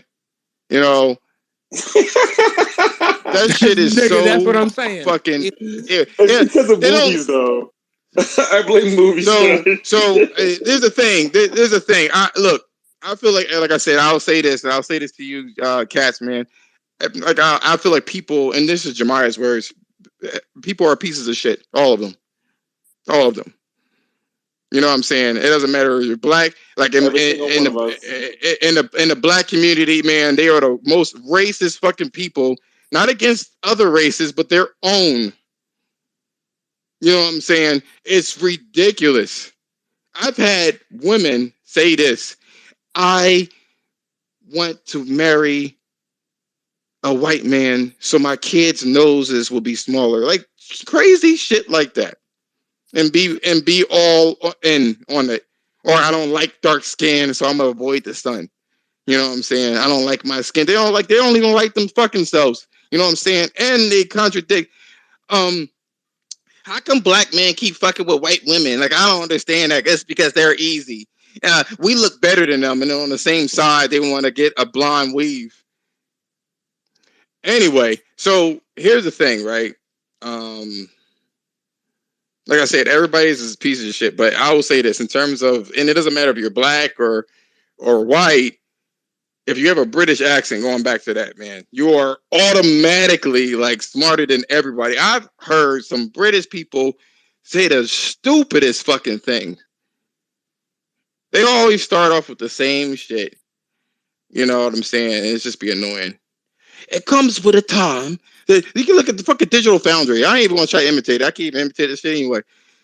My lips are too heavy. But like the problem here with this is that Digital Foundry will say some stupid fucking shit, or they will fuck up all the time, and people just automatically, because the dude have a British accent, it has to be right. So it's not just a white thing. It's just there's other shit going on with it, man. I Like, mean, but British is the whitest of the white, so that's why like they get a what do you super. call it? Eldris Alba, whatever the fuck that black dude name is. He gets passes left and right, man. I mean, listen. If Idris Eh, came into this chat, right, and then a white dude came into the chat, and then people were trying to listen to motherfuckers, right? They'd give it to the random no job white guy over Idris Elba. Real shit, because like, Look, I'm going to say this, right? I do think that you have some kind of validity to it, right? And we already know if you're black, you got to try extra fucking hard, man. And you want to know how I know this shit, man? Is just in life, right? At my job, like, well, I'll say this because I can't give you anecdotal information. I don't like doing the whole anecdotal shit, right? But I will say, like on dating apps and shit like that, black people automatically get stereotyped. That's already statistically proven that they get stereotyped. Like if a girl wants a black guy, which these apps are completely overrun by white women, just white women in general. They are the highest percentage of them. But if they fuck with a black dude, you have to be the most nigga of the nigga, like really black and stereotypical nigga, that type of shit, so they can get their stereotypical fix. Or you have to be better than everybody on the app if they do want to pick a high value black guy. That's how they work. And it's always been like that. When I worked, and I'll say this anecdotal piece, just for conversation purposes, so I'm not using this as a statistic. When I work, I had to work harder than everybody. And then when I did work harder than everybody and got the results, it was always negative. Oh, you got to do what's right for the customer. And I'm like, you didn't say that shit to the other fucking person. You know what I'm saying? Like I did, like I was like literally the best out of the United States. People from Canada, when I used to work at the bank, knew who I was. And because of this shit, they're like, oh, well, I don't like how you disrupt it. It's a lot of deep seated shit in this bitch. And but you just can't relegate it to such an easy conversation to say that people don't like white people or black people and shit like that. There's more going on, of course. You know what I'm saying when it comes to this shit, though. But I mean, I would say that there's some sort of validity. I will say though. Hey, I'll say. Once again, though, I apologize for derailing the fuck out of your shit. You know what I'm saying? But like, No, I actually like this I like the conversation piece, so people can have that can have that conversation and have this. I do feel like this is very uncomfortable to kind of talk about, and like I said with Guap or whatever, I'm just glad that people kind of accepted that he make mistakes, because I would imagine as a human that anybody fucking makes mistakes, and you should understand that. Period. You know, yeah, but listen, I'm sorry, Game of Thrones reference, but the Iron Throne is uncomfortable as shit. You know what I'm saying? Like, it's not supposed to be comfortable when you actually live in the power that you have. You know what I'm saying? Like, you can relax, but you're getting fucked over if you do. You know what I'm saying? That's Like, what Sony's trying to do, yo. They're looking like, they're like, dog, we can't relax for shit. We can't even sit down for a second, man. We gotta make sure all this shit is on point. Yo, wreck and go before we close out. I see you. No, it's interesting that we have this now. This whole influencer thing is blowing up, which is a good thing. Thank goodness that it is out in the sun. And I am wondering, I was wondering what would be the next set of things that need to be concentrated on specifically. And of course, I was thinking of, it has to be the two things, because I'm not sure I'm repeating myself here, but I always criticize Microsoft or Xbox because actually I do enjoy what they did in the past. I did enjoy them. Is of course, this whole influencer marketing, it has to go. It has to be abolished. It's not good. The other thing is, of course, how Game Pass, there's this always argument about that subscription services is going to have an impact on the quality of the games, but I always say that you have to be very careful in saying that, because you can point towards some game that is that is quality and say, haha, this is this proves your point. My point is always that do not go after the quality aspect of it, but go after the design aspect of it. Because one thing they cannot argue about is, okay, you ask the question, how success is measured on a subscription services. The number one answer to that is engagement. Then the next set of questions, the logical question is, okay, so how do you think they're going to bump out engagement?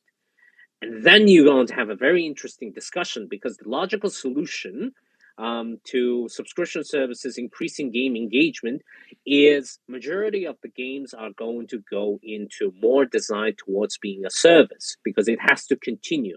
The next months and the next months and the next months, they have to keep subscribing. You have to hold the subscribers in place.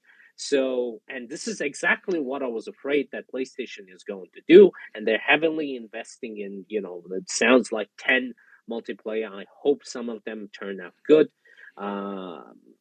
Service based games, which is, I don't want that.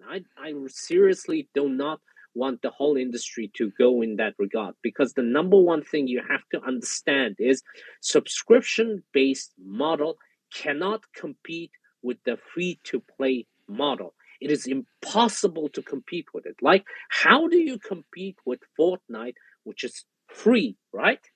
And it is driven by microtransactions. Like, who in the right mind is going to subscribe to a similar experience on a subscription services where you can get the fix for free? So it is bound to fail. And with it, there's a potential that we're going to end up with another downturn of the gaming industry, and the whole, the wonderful art form is, of gaming is going to get lost. Now, the other thing that we need to keep on hammering is, and they cannot fix it. I wish they could fix it, but this whole Series S thing, it it is going to be a major difficulty going forward. Like, I'm hearing several people, specifically game developers, even I like to hear game developers even having a discussion with some of the Xbox dudes, and straight out, one of the Xbox dudes asked the specific question: is Series S is going to hold back this generation? And I'm not sure if the person. Yeah, I'm sorry. I need you to continue, but I need you to continue with this thought. Do you think that the Series S is the reason that Starfield got delayed? Continue. My bad. I don't know. I wouldn't be even able to comment on that I don't. specific. I don't think so. I personally don't think so myself. I don't think so. But what you're what I know is I know two things. And the two things that I know is, if they want to bump up the level of animation, the level of sound, the level of detail, or the size of the world, and they bump that up, and an 8 GB memory is not enough, and it is not going to be enough, they're going to run into problems. They've already run into problems. And this is the thing that I was trying to say is, the Ubisoft's Watch Dogs Legions, right?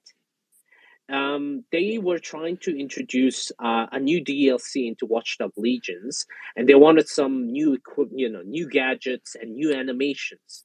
But it turned out they couldn't do those things for the DLC, add those things to the DLC, because the previous generation, the PlayStation 4 and the Xbox, has 8 GB of memory RAM, and it was not enough to house those new animations and new equipment to utilize. Now, the thing that the product that is currently on the market, and it is selling gangbusters, it is selling more, because it's just cheaper. And this was the thing that I was afraid of, is Xbox is selling more Series S than X, all around the world, because it's available.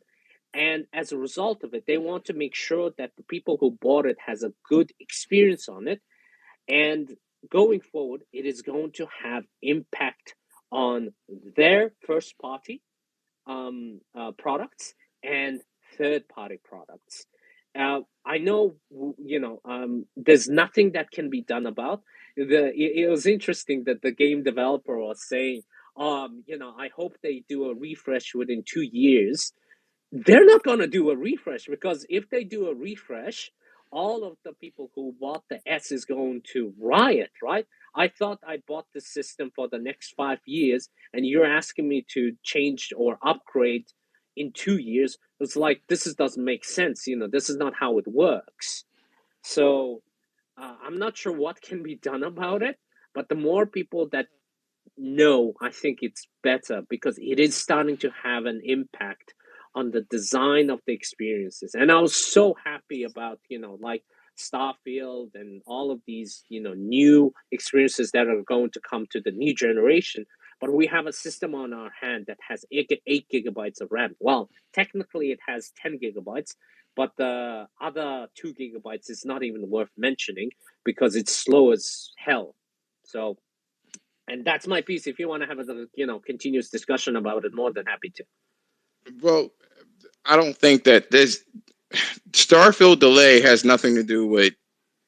It's highly probable that it has nothing to do with the Series S That delay is poor management. Poor management. Because remember, before they bought Bethesda, it was going to be some sort of exclusive situation, and I think a lot of the game is probably complete. I just feel like Microsoft ended up drumming up this game, or at least giving hype without showing you anything. Um, it probably made the situation worse. I think that it was going to be something exclusive, but it was going to come out into like maybe 2004 2024. But Microsoft have to show face right now. You know what I mean? Because what the fuck do they have? You know what I mean?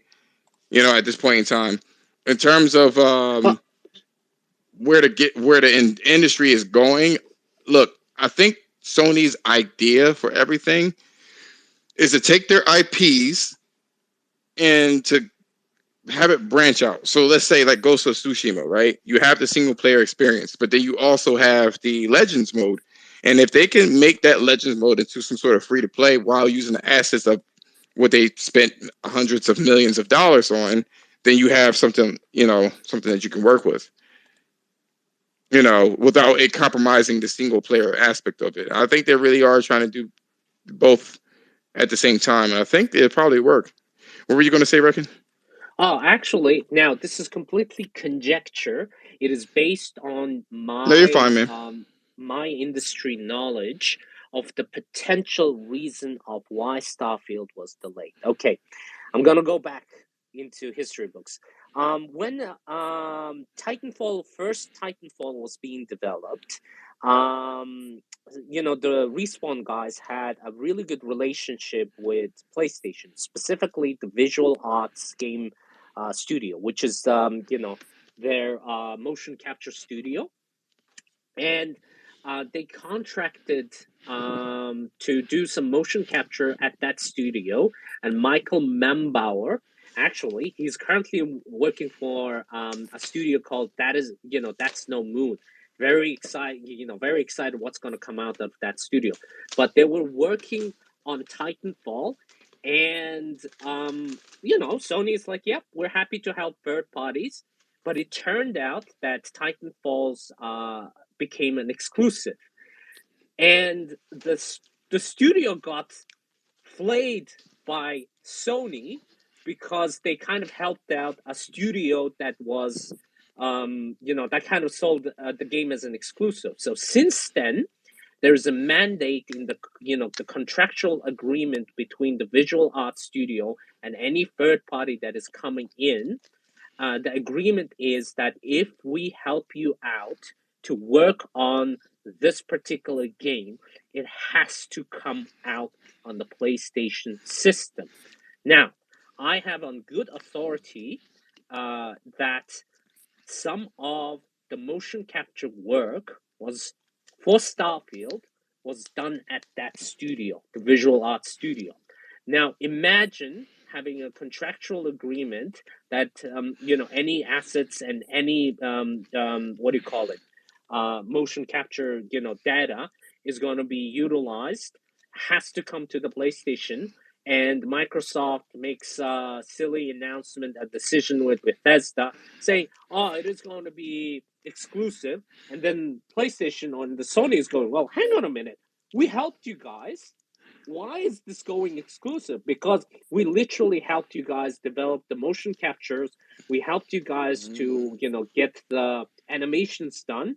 We have a contractual agreement that this product has to come to the PlayStation platform. You either release it or you cannot use what we have done for you." Now, how major impact that is going to have on development? So, this is, as I said, this is completely conjecture, but I know two things. Visual Arts have a contract in place that if they help out, that it has to come to the PlayStation platform. The other thing is Visual Arts Studios helped out with Starfield, and if any of the materials they worked on cannot be used, that could be one of the reasons that it got delayed. They gotta do it all over again. Yeah. Huh? They gotta do it all over again. Yep. And the problem is the industry-leading studio in the gaming industry for motion capturing is that studio. That studio has done so much to elevate PlayStation games that they should be awarded for what they've done, because every single amazing animations that you see, the Naughty Dog performances, the cutscenes, it comes out of that studio. It's like Shit, look at Horizon Forbidden West. That's some of the best animations I've ever seen.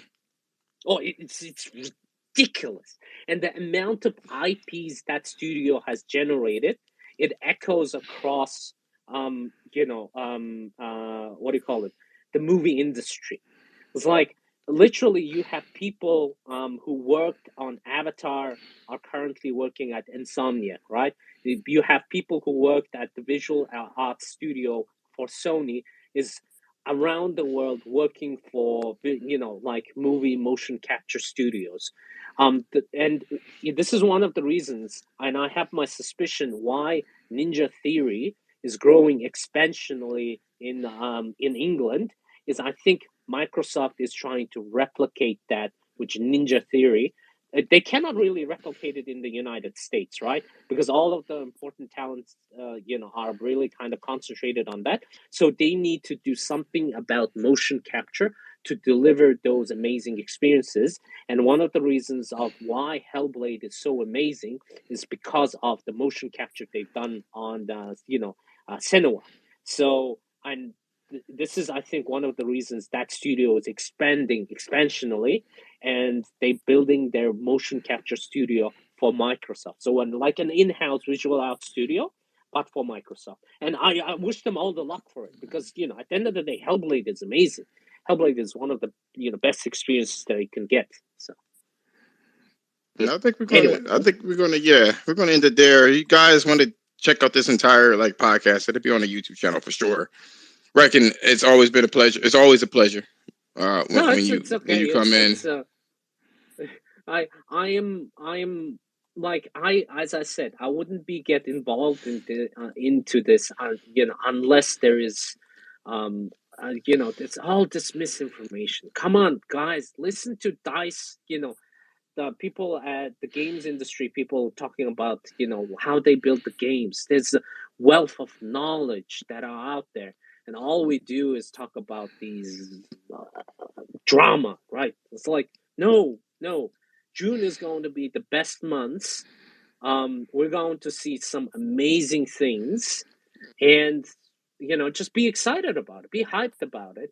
Don't get disappointed, because it's never okay to get disappointed. But yeah, like how many weeks we have until the 9th? We have 2 weeks until the 9th, and then we have the 12th of June, which is the Xbox showcase. Man, they have to nail that thing. Oh my god. If they make a single slip or something doesn't look right, oh, they're gonna get flayed. Starfield, that shit better look like the tech demo of the Matrix, man. No, well, and when they showed Redfall, and it's pre-alpha, the same thing with The Last of Us too. They showed the multiplayer for The Last of Us that was leaked, and it was shitty. I mean, I get that there's pre-alpha builds, but it look bad, man. It don't bode well for them, man. The Redfall team. Oh, actually, talking about something looking amazing and not looking amazing, like, for example, Forspoken. Do you know why it kind of looks like shit? It looks like shit at one point. It looks a little better now, but why? Yeah, it is getting better and better, but do you know why the characters, there's something off about it, right? And when they first showed it, the lighting was fucked up looking. It made them look flat, and it took away the detail. Yeah. Yep. It's not about the textures, it's not about the assets, it's the lighting. It's like, if you get the lighting right, anything can look amazing. One of the reasons that why PlayStation games look amazing, specifically Naughty Dog, in the environments, they bake it in, right? Now they have the chance not to really bake it in with the ray Ray tracing tracing. and the performance. That is going to be difficult to replicate it. It's like because artists are spending thousands of hours making sure that it looks almost perfect. But Yeah, with the probe lights and stuff like that. Because yeah, Horizon, there's some errors and shit like that. There's places where oh the lighting is like just it's missing, or I should say it's inaccurate. Because the light yeah. probes, they have a matrix grid of invisible lights that's supposed to simulate global illumination, and sometimes it's just not as robust. It's not a lot of Yeah. lights, or. But yeah, You know, the interesting thing is like a lot of people think like games like Horizon, right? A lot of people think that lighting is kind of real time, but actually it's really it's not. not. It's It's like not. every It's time of it's baked in, but They it's have different I baking mean, in. Yeah, they use an offline renderer and bake mm, in sections, other sections, points of time in lighting, and the game kind of like fades them into each other. Cerebine, okay. So yeah, so basically it kind of it fades into the next area and stuff like that. No, we know that it's not baked oh in. yeah. Most So almost all. I'm literally I preaching to the hope. choir. Yeah, I hope that people know. That it's not baked in and shit like that. But I mean that it's not real time. In terms of like, I mean, the end result is it's not as accurate, but it gets the job done. You know what I'm saying? So that's what it is. Now I was telling people for the longest that ray tracing isn't really for the end user. It's to help out the fucking. I mean, it makes it look accurate and it makes it look nice, and it gives the flexibility to change the time of day or whatever the case is. But what it's really designed helps out. It mostly helps out the developers, so they don't have to painstakingly create invisible lights that you can't see and try to simulate the light bouncing off of everything. You know, it's like Yeah, really, yeah. It's really like it's really meant for. It makes it a lot easier. You know what I mean? yeah. But To what I'm hoping is going to happen is that because of the ray tracing, right, they would be able to, how to say, trace all the lights and then, how to say, capture the textures so that they can use the best of both worlds. And what I mean is utilize ray tracing to capture the ambience, the wonderful environment, and then lock it in and kind of bake it in. And I think that that would really have some. Gran Turismo did this, right? Gran Turismo Sport. So it didn't have real time lighting, right? It didn't have real time global illumination. But what it would do is because you could select the different times of day, and what they would do is they'll have like 8 o'clock, 12 o'clock, 4 o'clock, 8 p.m., whatever the case is. And what ended up happening is that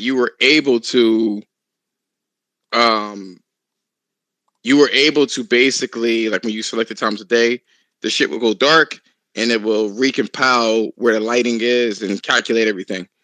Now they'll probably be able to do it a lot quicker because they have hardware built in that can calculate the ray tracing instead of it having to really just kind of configure the shadows and everything else. So they could probably. That's why I was thinking to myself, like, yeah, I don't think you need to have it so real time. You know what I'm saying? Mm, That it's at the flash of it's at the blink of an eye. It could update you know every fucking 20 frames. You know what I'm saying? And have it yeah, and have it happen in that particular regard, and that will be just fine. In general, ray tracing will for a PC or a console that will help out immensely. Where they don't have to put yeah, all these fucking probe lights and shit like that, because it's expensive. There's no way around tracing billions of fucking rays. Is not going to be expensive for any piece of hardware. There's just no fucking way. I mean, I'm sorry, yo, but like I got to jump in on this ray tracing conversation, right? Because the light form of ray tracing is the simplest way that's presented in video games, right? And like ray tracing basically is like mathematical algorithm of how shit should go in a certain direction based on its source, right? So The simplest form that we're getting right now is like, okay, this how does the sun work, right? Or how does this torch work, right? But like, I think that whenever later in this generation, when ray tracing is how does this bullet work, you know what I'm saying? When this bullet hits this surface, how does the surface react? Because that's that's really the magic of ray tracing. It's not really like everybody. It's light. They use it for lighting right now, but ray tracing is a goddamn algorithm and a science and a math that works on a level. You know what I'm saying? So They've been doing that ray tracing and Killzone Shadowfall. It helped them create the sounds and how the sounds balances off of materials and shit like that. you get what I'm saying? So it's not like Hmm. everybody thinks ray tracing and thinks like rays of light. You know what I'm saying? But Ray tracing is in Horizon Forbidden West too, but it helps out a lot with the. From what we understand, it helps out a lot with the sound. yeah, and that's what I'm saying. Like, dog, it's other things that ray tracing is going to go into, right? And while ray tracing is expensive, right? Like we got to realize like whenever like before these consoles came out and we having a conversation about teraflops, right? Teraflops is the amount of calculations these goddamn consoles can do. You know what I'm saying? So, like, dog, motherfuckers were bragging about the teraflops before. So now, if you can't cut it to, get some ray tracing in there, like, why the fuck were you talking about teraflops and why were you marketing your shit Um, that? you know the most interesting about okay, so I am really going into stuff that I have limited knowledge of, but one of the interesting things about the difference between the teraflops that never gets raised is, of course, the amount of compute units that each system has. I believe that the X has 52. Some of that is turned off for wafer reasons, and I believe the 5 has 36. I'm not sure how many that the active is, but the Series S also has a way, way, way small amount. So, imagine not being able to how to say it? Yeah, it's gonna hold back the X. That's the sad thing about it. But we don't have to repeat that again. But the interesting thing about the difference between the 5 and the X, right? Um, because the 5 is clocked faster, and also a large amount of data is can be fed into the RAM at a considerably faster pace. The GPU's 10 teraflops has to, how to say it, like the amount of area, or the, how to say it, the point of view that it needs to calculate can be smaller than the X. So like like field of view, right? Just think of it as a field of view. So what I mean by field of view is your character is looking, or the camera is looking forward, and every single thing that you're seeing in front of you, is being calculated by the teraflops that is required. On the PlayStation 5, because the system has a really quick and really good mechanism of dumping unnecessary information, removing the caches. The brunt of the system can be the 10 teraflops can be concentrated on, not solely, but the majority of it can be concentrated on calculating and showing what's in front of you. Now, on the other system, because it has a slower clock speed and it requires a little bit of time to catch up, what it needs to also, and also from a input from data perspective from the SSD into the RAM, what it needs to do is it needs to also calculate what's outside of your field of view, because it won't, like if you turn your character around, the even if it has the teraflops, it has to make sure that the clock is in sync, and it has to show what it's being shown as quickly as possible. So some of that, the 12 teraflops is being utilized not just what you're seeing, but what you are, maybe you're going to see. So there's a balance between how a different system, even if one has a 10 teraflop and the other one has a 12 teraflop, one is being utilized for everything that you see, and the other one is being utilized for everything that you see, plus some of the things that you don't see, because the system's clock speed is a little bit slower. So Well, that you would just be have to. for like their memory management. You know what I'm saying? In terms of the processor that they have for the PlayStation 5, you have all these processors in the Series X, the 52, right? And you're going to need a big road to send all that data to all 52 processors. But they cannot. The problem is because of the S, they cannot utilize the all of the compute units because of the Series S's RAM. They cannot utilize all of the Series X's RAM. It's like Even if you, because I heard this from one of these fucking developers that claim up and down that, you know what I mean, this was so powerful, whatever the case is, and like these dudes are like indie fucking developers anyway. Like, I mean, I don't want to, you know, degrade their worth, whatever the case is, but like for instance, they say that everything's balanced because of the software that they have in there, but at the end of the day, right? I'll say this, and I gotta go. I'll say this. okay. Um, they if you take Series S away from the situation, their RAM is still slow, and all 52 fucking compute units can't be fed anyway. And even if it could, you would have to give 52 things processors work to do. And you can only give it to them in a certain speed anyway. So its bandwidth is a major limitation.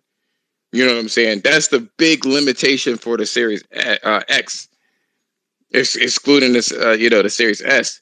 Not only that, but it makes it hella difficult for a programmer to try to feed 52 fucking processors. They may not need all of them. They may just need fucking 12. You know what I'm saying? And if they utilize 12 slow CUs, then they're not going to get their results. Now they got to break all this information up, and sometimes information doesn't want to be broken up in that kind of way. It's less efficient to have it in different pieces like that, than if you had less things to program. You know what I'm saying? Some information wants it to be, you know, on one processor versus spreading the information on multiple. There's a lot of all in all, there's a lot of bottlenecks with the Series X. Yeah. Not even counting the Series S itself. Oh well. I Yeah, just right. I it's like, man, they were so close, right? They were so close.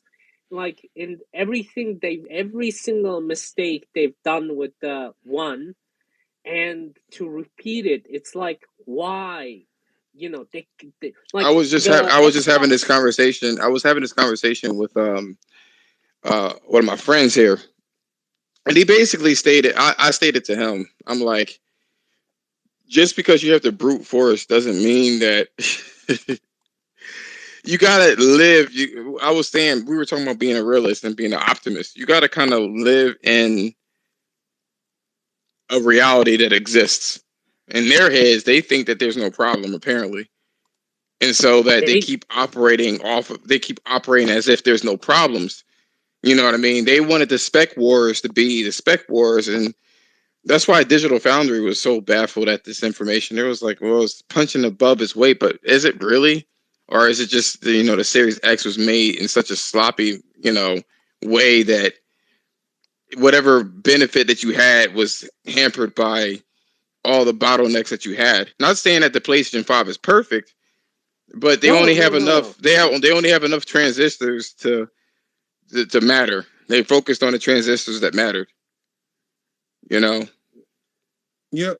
No, it's just I just feel like one of the like the marketing team from Xbox has gotta go, man. Like, like it's like I don't know who I actually I know who drives it. I do have a problem with that particular person, how he conducts himself. But the main thing is like this idea that we have to win the marketing war. It's like it It's just baffles antiquated. me. Really, it's antiquated. That shit would have flew like back in 2000 and like 10 maybe. You know, they're still doing this whole like. At the end of the day, the PS5 and any console, for the most part, we're getting diminishing returns. You know what I'm saying? So it's really not going to matter too much. Whatever game that you get, it's like, okay, your game was going to perform better. Is the best that you're going to get. You know. Can I ask you? Can I ask you one thing before you go? Right.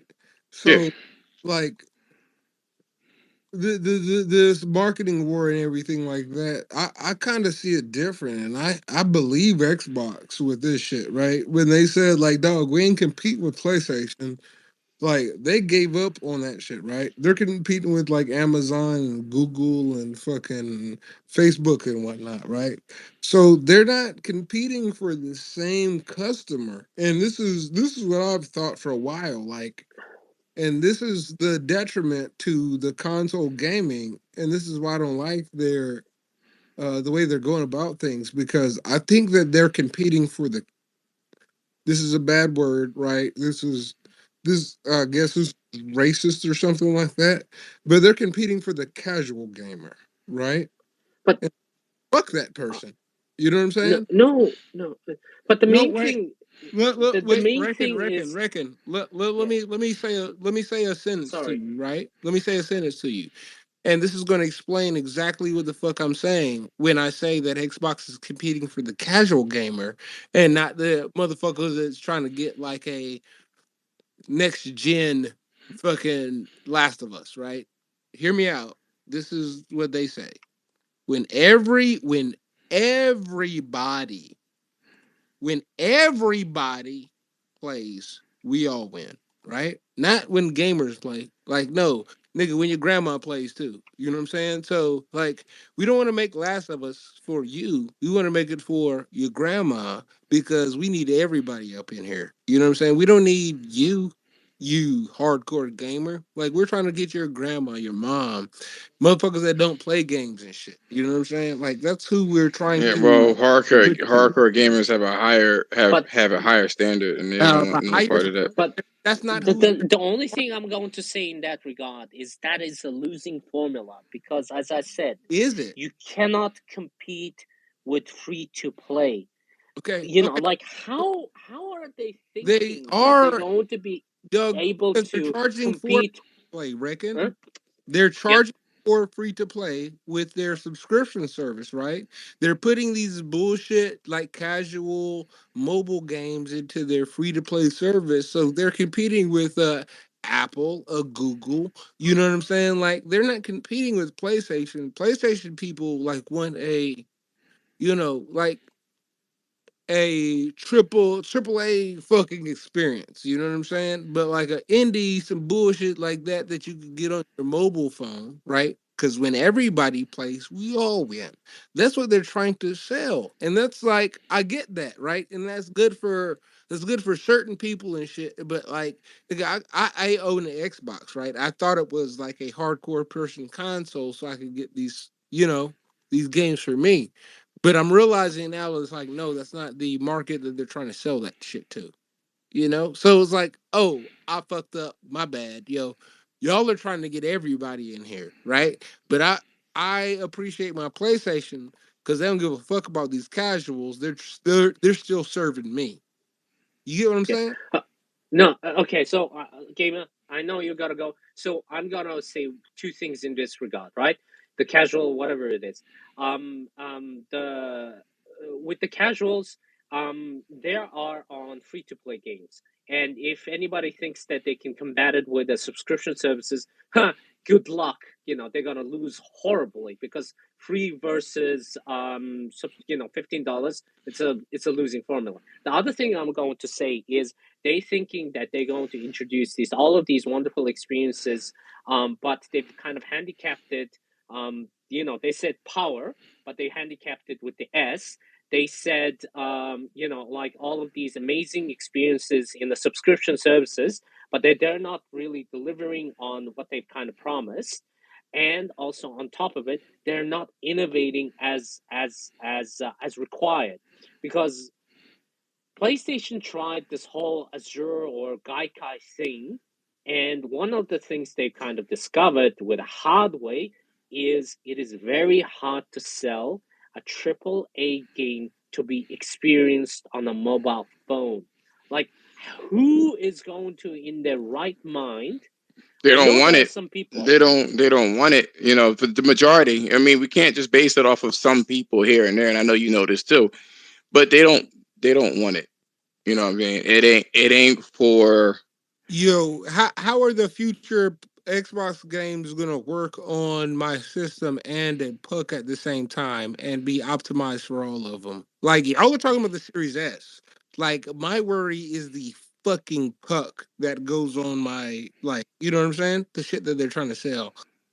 You know what I'm talking about, right? Like, the S is the least of our worries. Like, dog, if Halo has to work on a fucking puck, you get what I'm saying?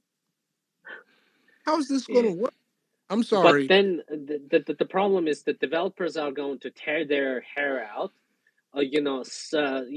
shout bloody murder.